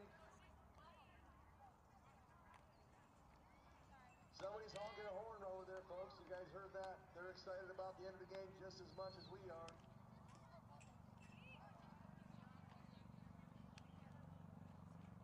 Again, don't forget, Pesto's across the street, folks. Fantastic eatery. If you don't feel like that, folks, we got Wendy's. 9-3, we go to the home half of the fifth. It's going to be the top of the order. Grace Walker, Layla Varaza, and Tierra Spivey. Grace Walker singled and bounced to third. Singled and scored to lead off the first, part of that 2-run frame. Seagulls trailing by 6. They've got some work to do. But they got plenty of at-bats left to play with. Walker has shown her ability to put the ball in play. First pitch from Marquez. And that one is slap foul on the first base side. Izzy Nunez out there in right field tracking it down. And I'm going to get the exact location of where Seaside High School is located in just a split second after this pitch from John Rawl. Marquez dialing in to Figueroa. And that is slap foul.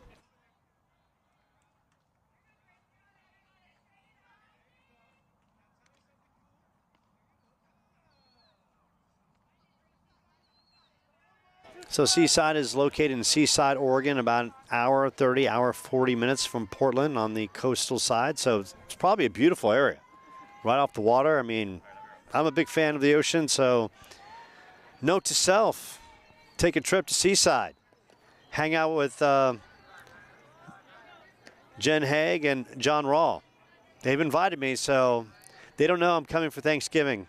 So I eat a lot of food. So if Jen Haig is not really paying attention, she better start cooking now. And John Rawl, who's sitting to my right laughing, he'll notify her accordingly. It's a 1-2 count. And that skips in the dirt.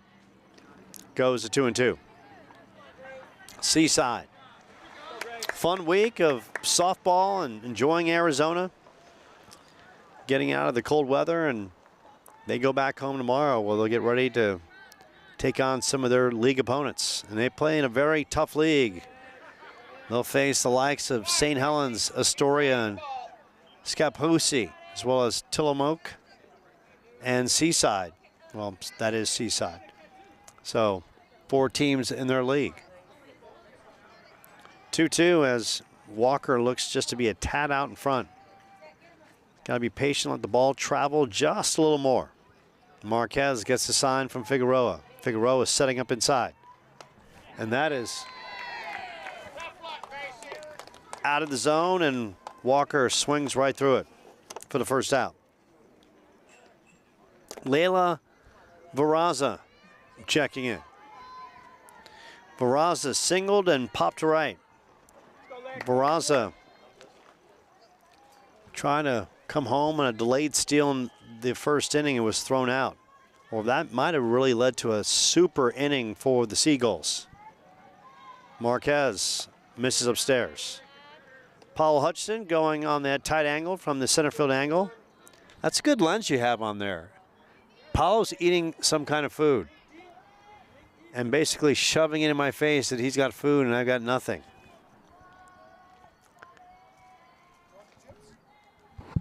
I've got chips, tough guy. And that misses inside. Jake Fano with the emphatic call behind home plate. 2-0 count as Seagulls looking to make some noise here in the 5th inning. Marquez gets the sign. And that one is slap foul on the first base side. Good piece of glove work by the Seaside first base coach to track that one down. Now a good look at Varaza at the dish, courtesy of the first base angle. And this one knocked to Verdugo. Verdugo gets the perfect hop and unassisted putout. That was an easy one. Verdugo's been solid at first base. She was tremendous on that bunt attempt. And that last inning came up and hustled and made a perfect throw and has just done a nice job. Checking in is Tierra Spivey. Spivey sacrificed bunt and singled in the 3rd. And Marquez, it's got to be tough in that wristband, Paulo. There's probably 100 signals that she's got to choose from. A little bit of a changeup, and Spivey swings through it. 9-3, St. Mary's.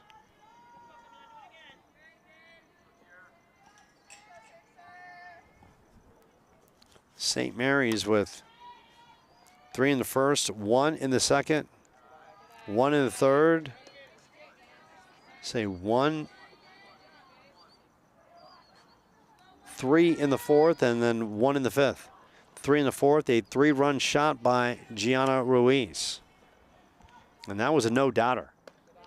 She just absolutely smoked that ball. Tomahawk shot. Left the yard pretty quickly. Her 7th home run. Now 1-2 count on Tierra Spivey, looking to extend the inning. Marquez dialing in, looking for her third win. And that is just off the dish. Jake Fano making these really good calls, making it fun.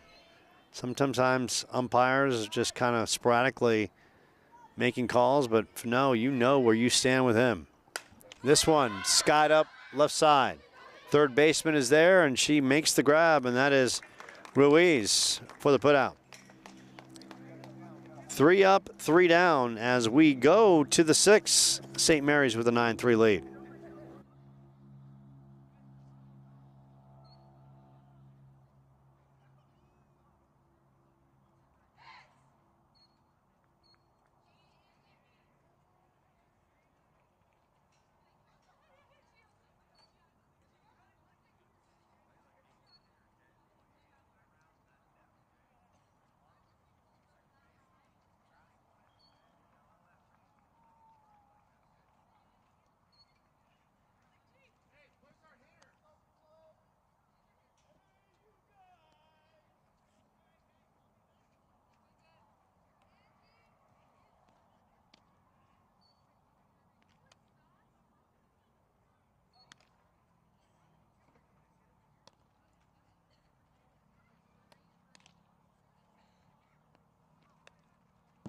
So factoid coming out of the good people of Seaside that the movie Goonies was filmed south of Astoria in the Oregon area. And I'm going to give you a classic line from the Goonies right now. Paulo, you ready? Hey, you guys! So there you go, from the Goonies. For all those good people back in Oregon listening to the telecast, I applaud you. I hope things are well. I wish you warm thoughts back home, and I wish you safe and that your umbrellas are working accordingly. Arizona, the weather's great here. Quite comfortable as Carly Corder goes back to the mound and stepping in. Gianna Ruiz, last time up, a 3-run shot to blow this one open. Her 7th of the year. Ruiz really having a nice year. 459. Talking about clubbing with a purpose. Ruiz. A good-looking player. 17 RBIs. 7 home runs now. 2 triples, 2 doubles. And Michael Espinoza trying to rebuild this team. I'll tell you, he's got some strong nucleus in Ruiz and Mejia. They are rock solid. They provide some lumber, and Corder with the changeup, changing speeds on Ruiz. Quickly goes to 0-2 as Corder looks for the punch out. 0-2.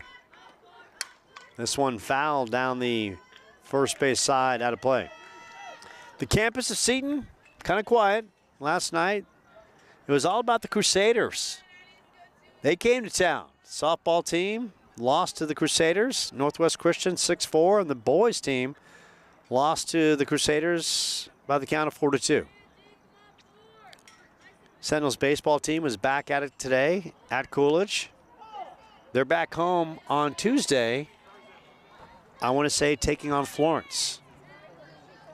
And maybe Paulo can get me a score, or we'll ask Jim Shoebridge is running around.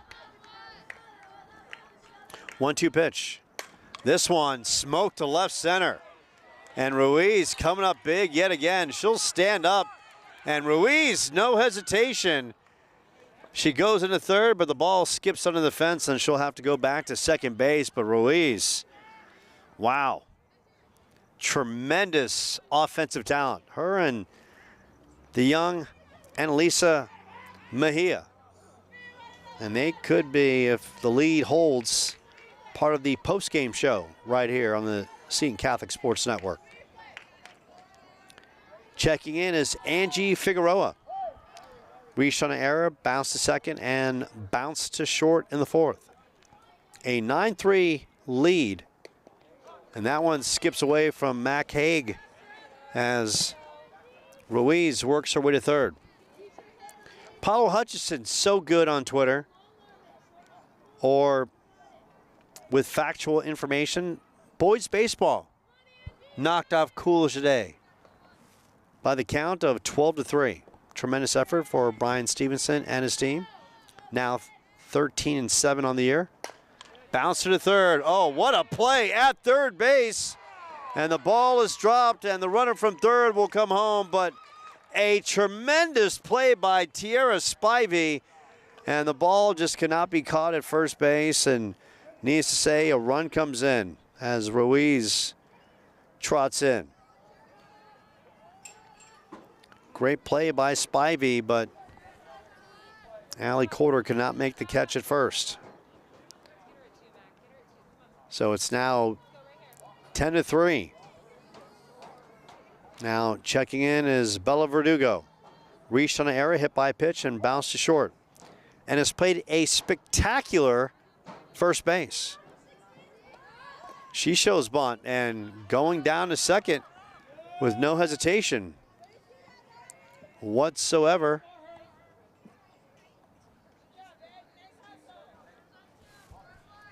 And taking that extra base.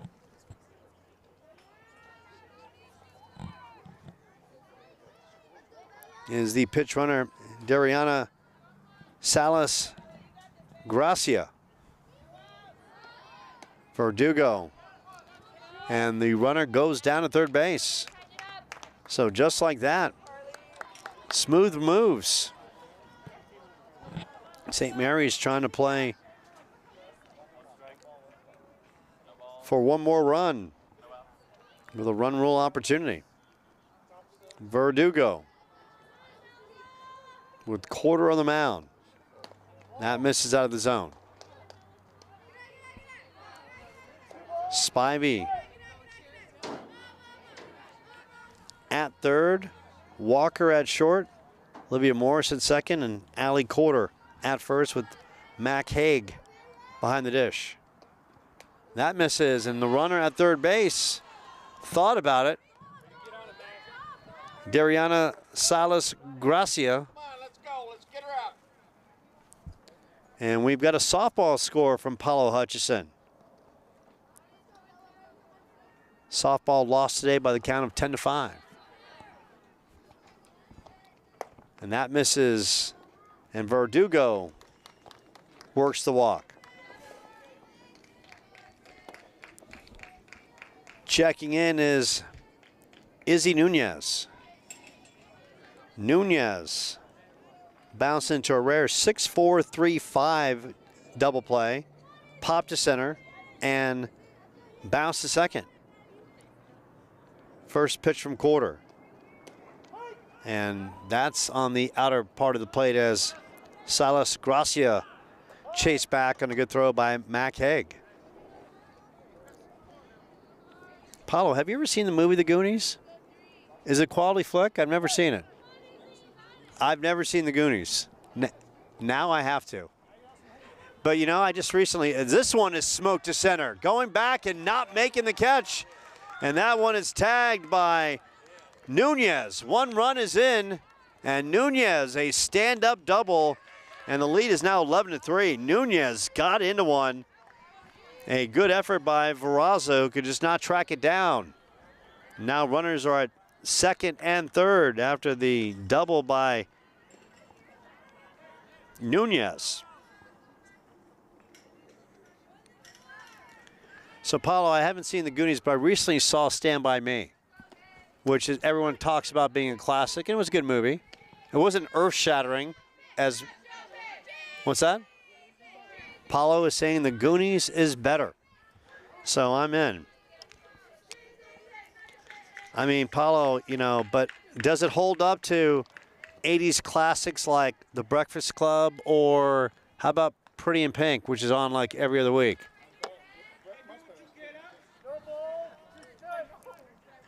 Because John Cryer's pretty classic in Pretty in Pink.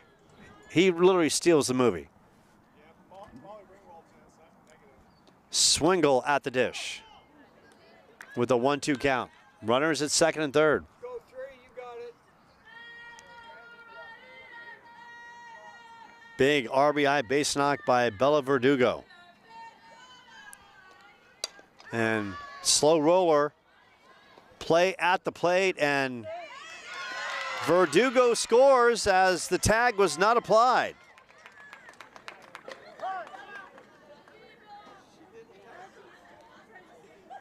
So give Swingle an infield single as the tag was not applied, and it's now 12-3. At the dish, Ava Sierras has walked, bounced to third, and singled.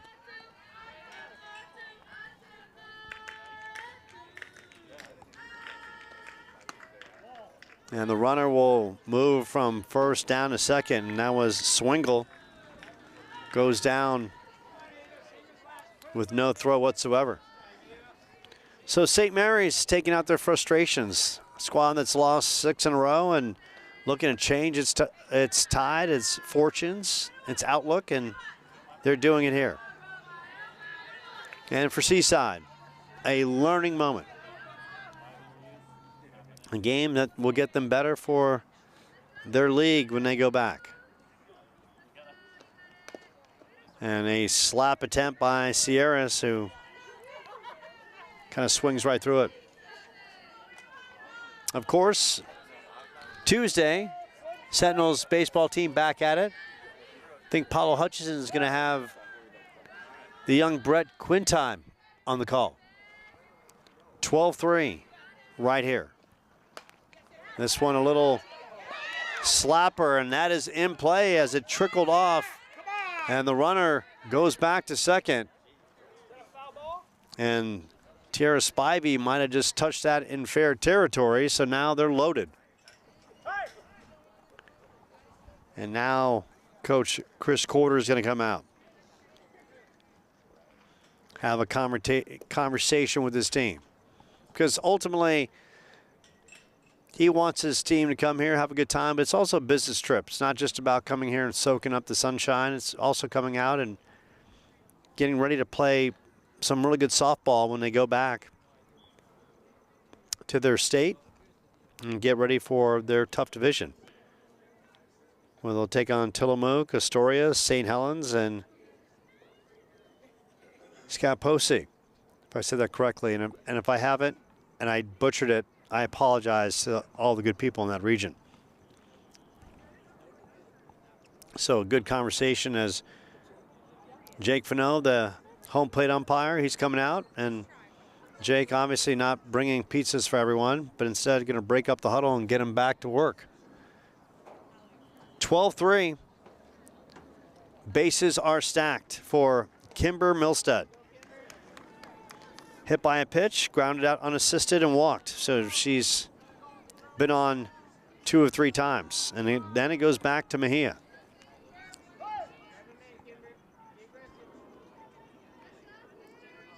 Mejia at the dish.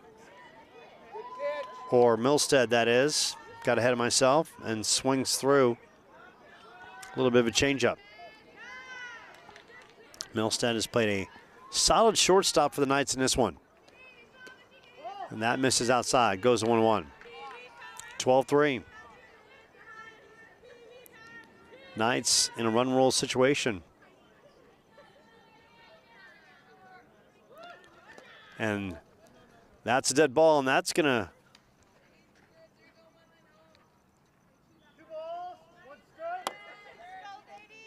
and look like that's get off Milstead instead of just bouncing the dirt. 2-1, and this one knocked to the right side. Morris can't make the play, and they're safe all the way around. Milstead dialed that one up, and they remain loaded as everyone just continues to take an extra path. And now the dangerous Mejia steps in. She's walked, singled, and bounced to the pitcher last time up. Now she gets another opportunity with the bases stacked. Last time a little over anxious. This time lays off, looking for a good pitch she can control.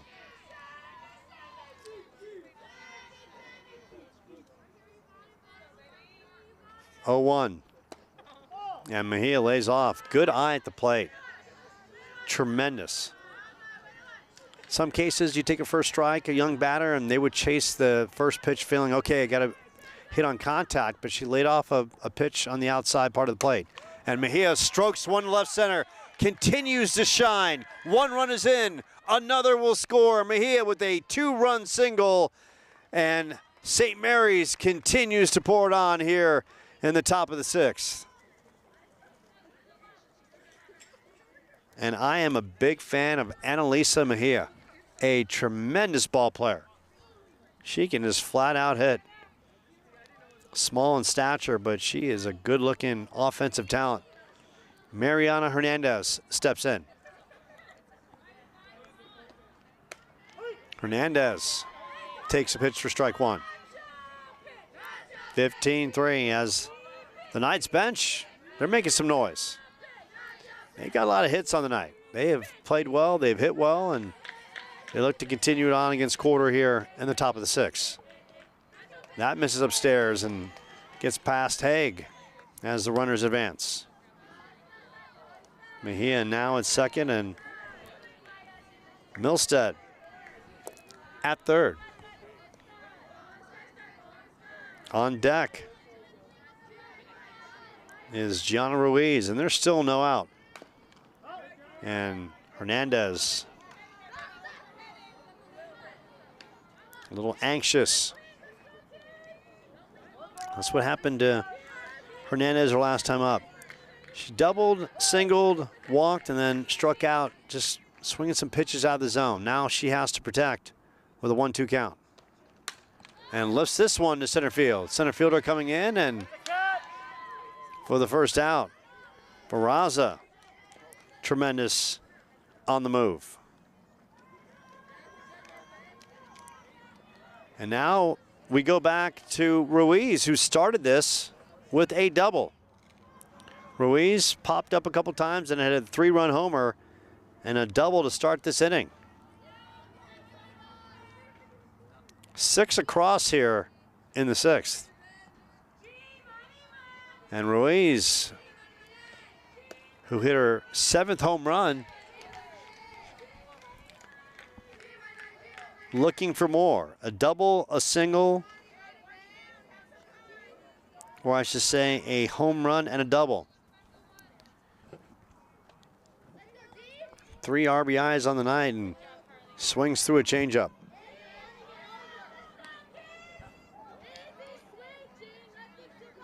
And you can hear the Knights bench making all kinds of noise. They're excited. 15-3, Knights rolling. Here in a neutral site game. This one bounced to short. Walker the play and the throw over. A run comes in, so Ruiz does her job.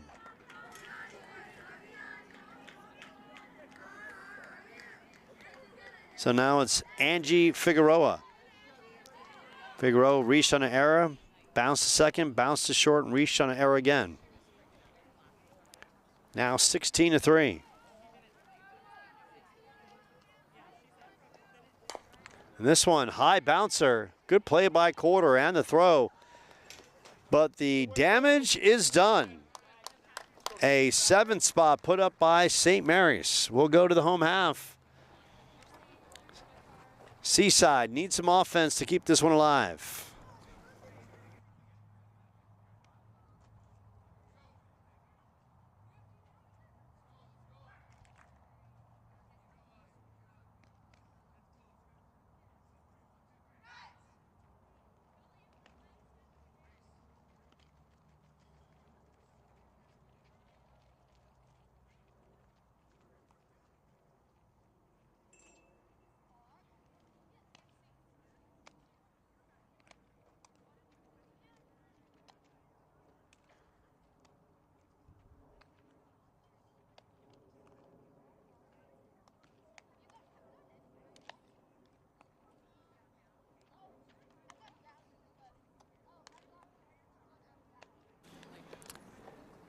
So St. Mary's can put this one away. Now with a 13-run lead, run rule in effect.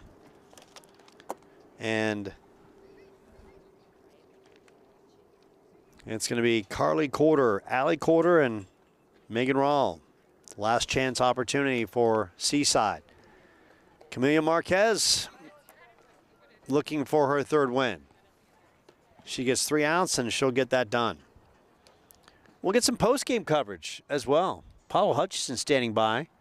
He's anxious for post-game coverage. He loves post-game coverage. And we're going to bring it.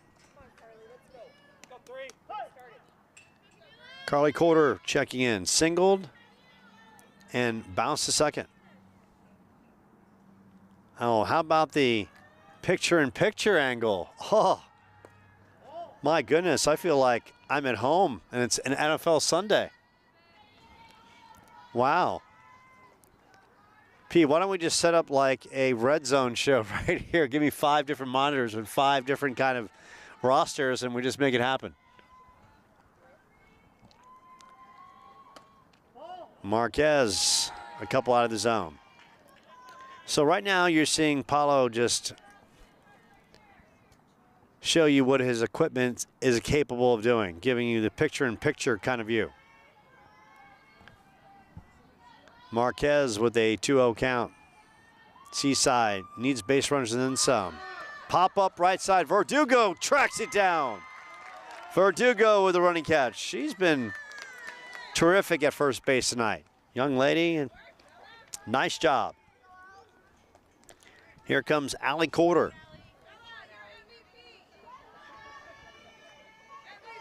Corder checking in. Started the game on the mound. RBI single in the first and singled in the fourth. Lethal at the dish offensively. They set up inside, and this one tap foul on that third base side. Allie Corder, she's got some pop. And is it me or just does it feel like it get a little colder in the last 5-10 minutes? You can feel the drop in the temperature. And once again, us Arizonans, we're soft in a big way. 0-1. That misses inside.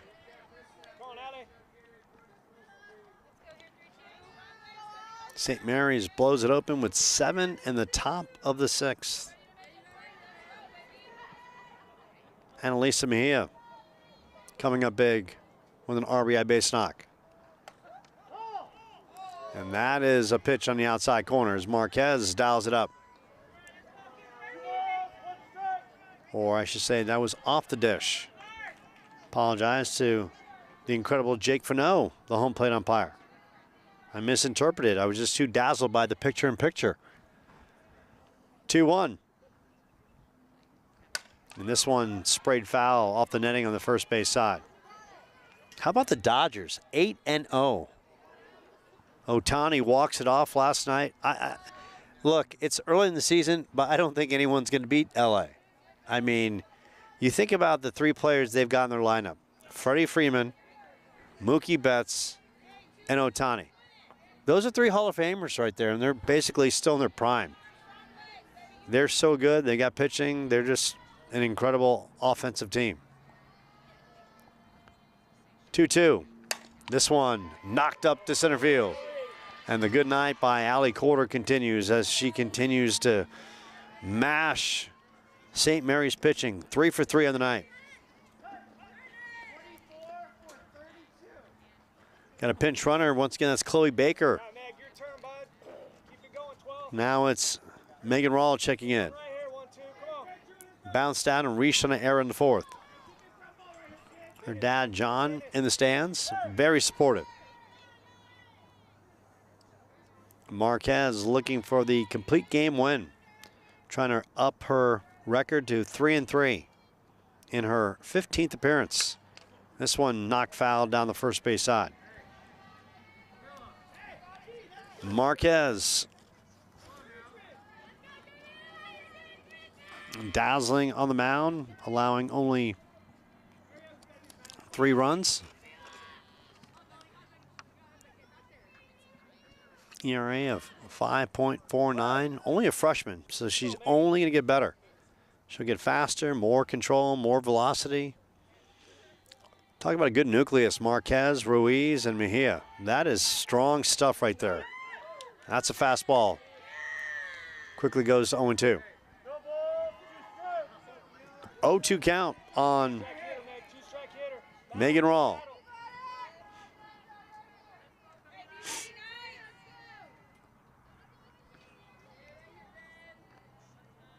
And now Marquez and Figueroa trying to get all dialed up. 0-2. And this one lifted to right field and right there, and a chance for the double play, and that does it. And St. Mary's doubles off Chloe Baker, and St. Mary's gets the 16-3 win. They started fast with plenty of offense, getting 3 in the first, 1 in the second, 1 in the third, a 3-run homer in the fourth, 1 in the fifth, and then tacking on 6 in the sixth.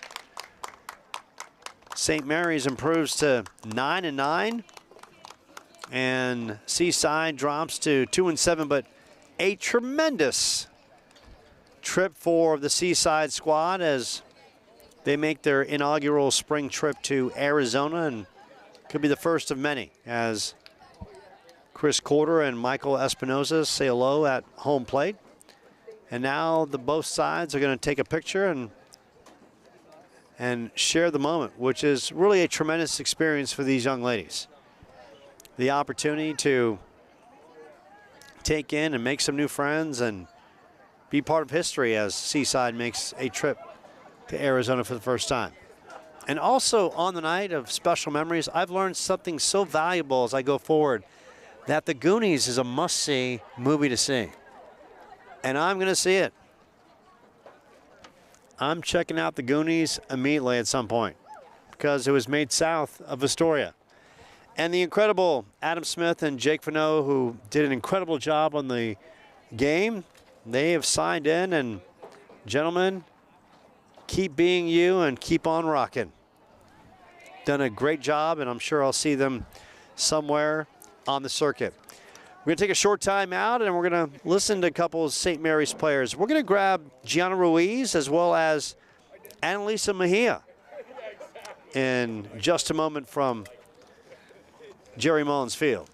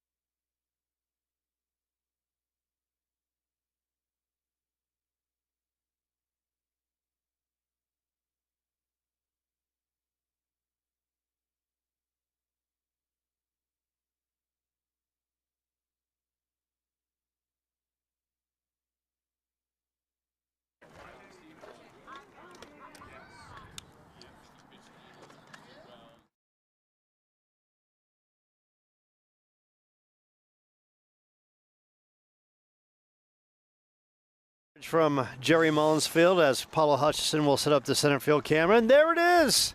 What a champion here with the winning pitcher, Camelia Marquez, who goes the distance.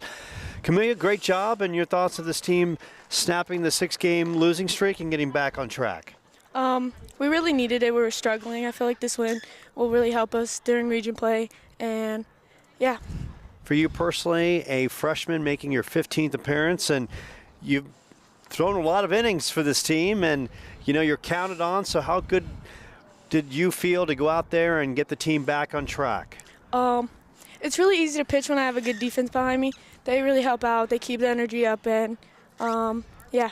You know, they kept the energy up, and you provided the innings, and you gave up a couple runs in that first inning, but then you settled down. What was that got you in a comfort zone that you kind of shut Seaside down after that first inning?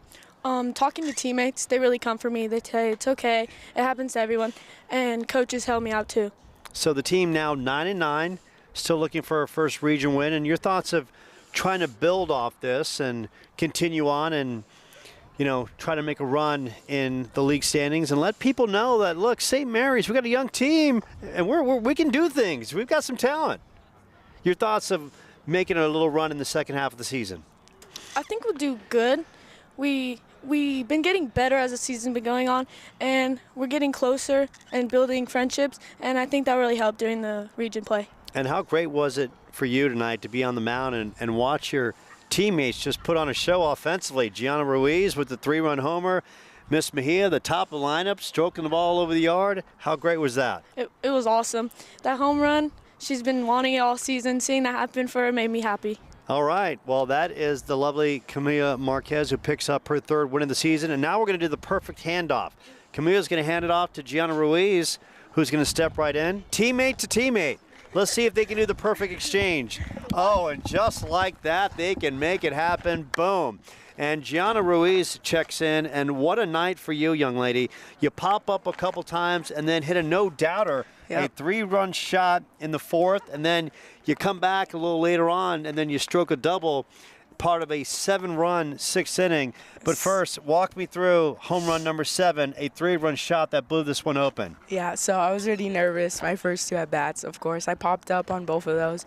And then I really just looked at my first and third base coach. I picked them up. They're telling me that I'm popping up and to pull my front elbow up. And when I did that, I drove that inside pitch, drove it outside. So. And Gianna, who is that right there? Is that your mom? Yes, that's my mom right there. Come on over, Mom. Proud mom. It looks like baby sister as well, and a special moment. Hi, Mom. So I got to tell you, for you personally, your 7th home run and putting up such great offensive numbers, and you, no question, you're a skilled hitter. And how great is it? Because the team has suffered some losses. You were going through a 6-game losing streak and lost back-to-back games to Arcadia. Yeah. So how good did it feel to get back, put up a crooked number on the scoreboard, give Camelia plenty of offense, and just get back on the winning side? Yeah, it feels real good. It gives us confidence for the next games. We have a game on Monday against Crisman, and then we also have our region games against Mesquite. So that really gives us a boost in our energy to make sure to push through those games in the region games going forward. Now, I checked the roster. It didn't list your classification. What year are you in school? I'm a senior. Oh, you're a senior. I'm a senior, okay, yeah. so there's no question you're playing college ball somewhere because, and if you're not, you should be, because you're so skilled offensively, and you can tell that you can play at a higher level. So what's the future looking like for you somewhere after this season? Yeah, I'm really hoping to play college ball. I also play flag football. We won the state championship too at St. Mary's, so it's either or, but I'm really looking for softball. So I've been sending out my videos and stuff like that and emailing colleges and stuff like that. Have you tried any of the junior college circuit here in town? I have not.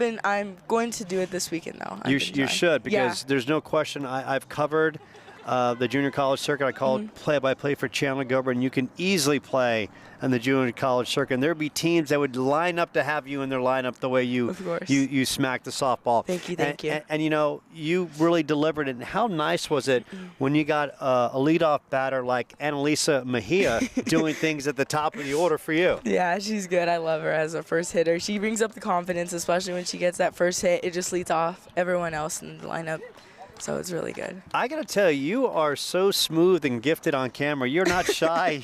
No. You've got a nice, easy personality. And, Yeah. you know, where do you get that from in your family? No, I don't even know, honestly. I mean, because for flag football, I got interviewed too. So I think besides that, like, I've been used to it. So it just comes out pretty smoothly. Now, we just saw your mom. How great is it that you got a loving mom and it looks like your little sister here with you to support you? How great is that to have your family here? Yeah, it's good, especially. She wasn't here for my home run, actually. Wow. Yeah. Well, Mom, you can go back on the YouTube channel and check it out, right? I know, yeah, I know. But it was good. It was great. It was great feeling that. Well, that is the lovely Gianna Ruiz. Big night, you know, 3-run homer, couple hits on the night. Now we're going to do another handoff with Annalisa Mejia stepping in. And now I got to tell you, I haven't called much high school softball this year, but I got to tell you, I am a huge fan of this young lady, a sophomore who can just flat out stick it and put the ball back in play. And Annalisa, a tremendous night for you. A walk, a single, and then a force out on the bases loaded. I think you were a little over anxious in that moment. And then you come right back and rip another single. So a big night with 3 hits, a spark plug. You really did the job. Your thoughts of really getting this team going in the right direction offensively in the top of the order? I don't even know, to be honest. I just think that, like, I don't know, you just have to have confidence. So they're really good pitchers, and I just think that, like, we just have to battle, and then, yeah. Yeah, you seem really comfortable, and you got things going for the team. And how good is it? Because the team has kind of been struggling, and you went through that 6-game losing streak. To come here tonight, to put up a lot of runs, and to snap the losing streak and get back in the right direction. We just have to have really good defense, and then our batting has been really good lately, but we just need to limit the errors, yeah. You got to limit the errors, and you did that tonight. You guys played pretty flawlessly for the most part on the field, and now you get to soak this one in. And how nice was it to give Camellia a nice night on the mound, give her a lot of run support, and let her do her thing as she throws the complete game win? Good. She's a really good pitcher, and we just have to keep hitting, and yeah. And she did that. And now the team goes back in region play, take on Chrisman next week on the 7th, and that's right around the corner. Your thoughts of going there and trying to get another victory and trying to continue on the second half of the year? Keep hitting and good fielding and good pitching. There you go. Annalisa Mejia, short on words, huge on game. Tremendous night for you, kiddo. That is Annalisa Mejia. That's going to wrap up our coverage of a special edition of the Seton Catholic Sports Network. St. Mary's, the huge 16-3 win. High five. Oh, thank you. Before I let all these ladies go, Gianna Ruiz and Camellia Marquez, who gets the complete game victory. That is the talented St. Mary's squad. I'm Joe Pequeno. Special night as the Knights, in a big way, the 16-3 win over Seaside Seagulls out of Oregon. Right here from Jerry Mullins Field, this has been a presentation of Seton Catholic Athletics.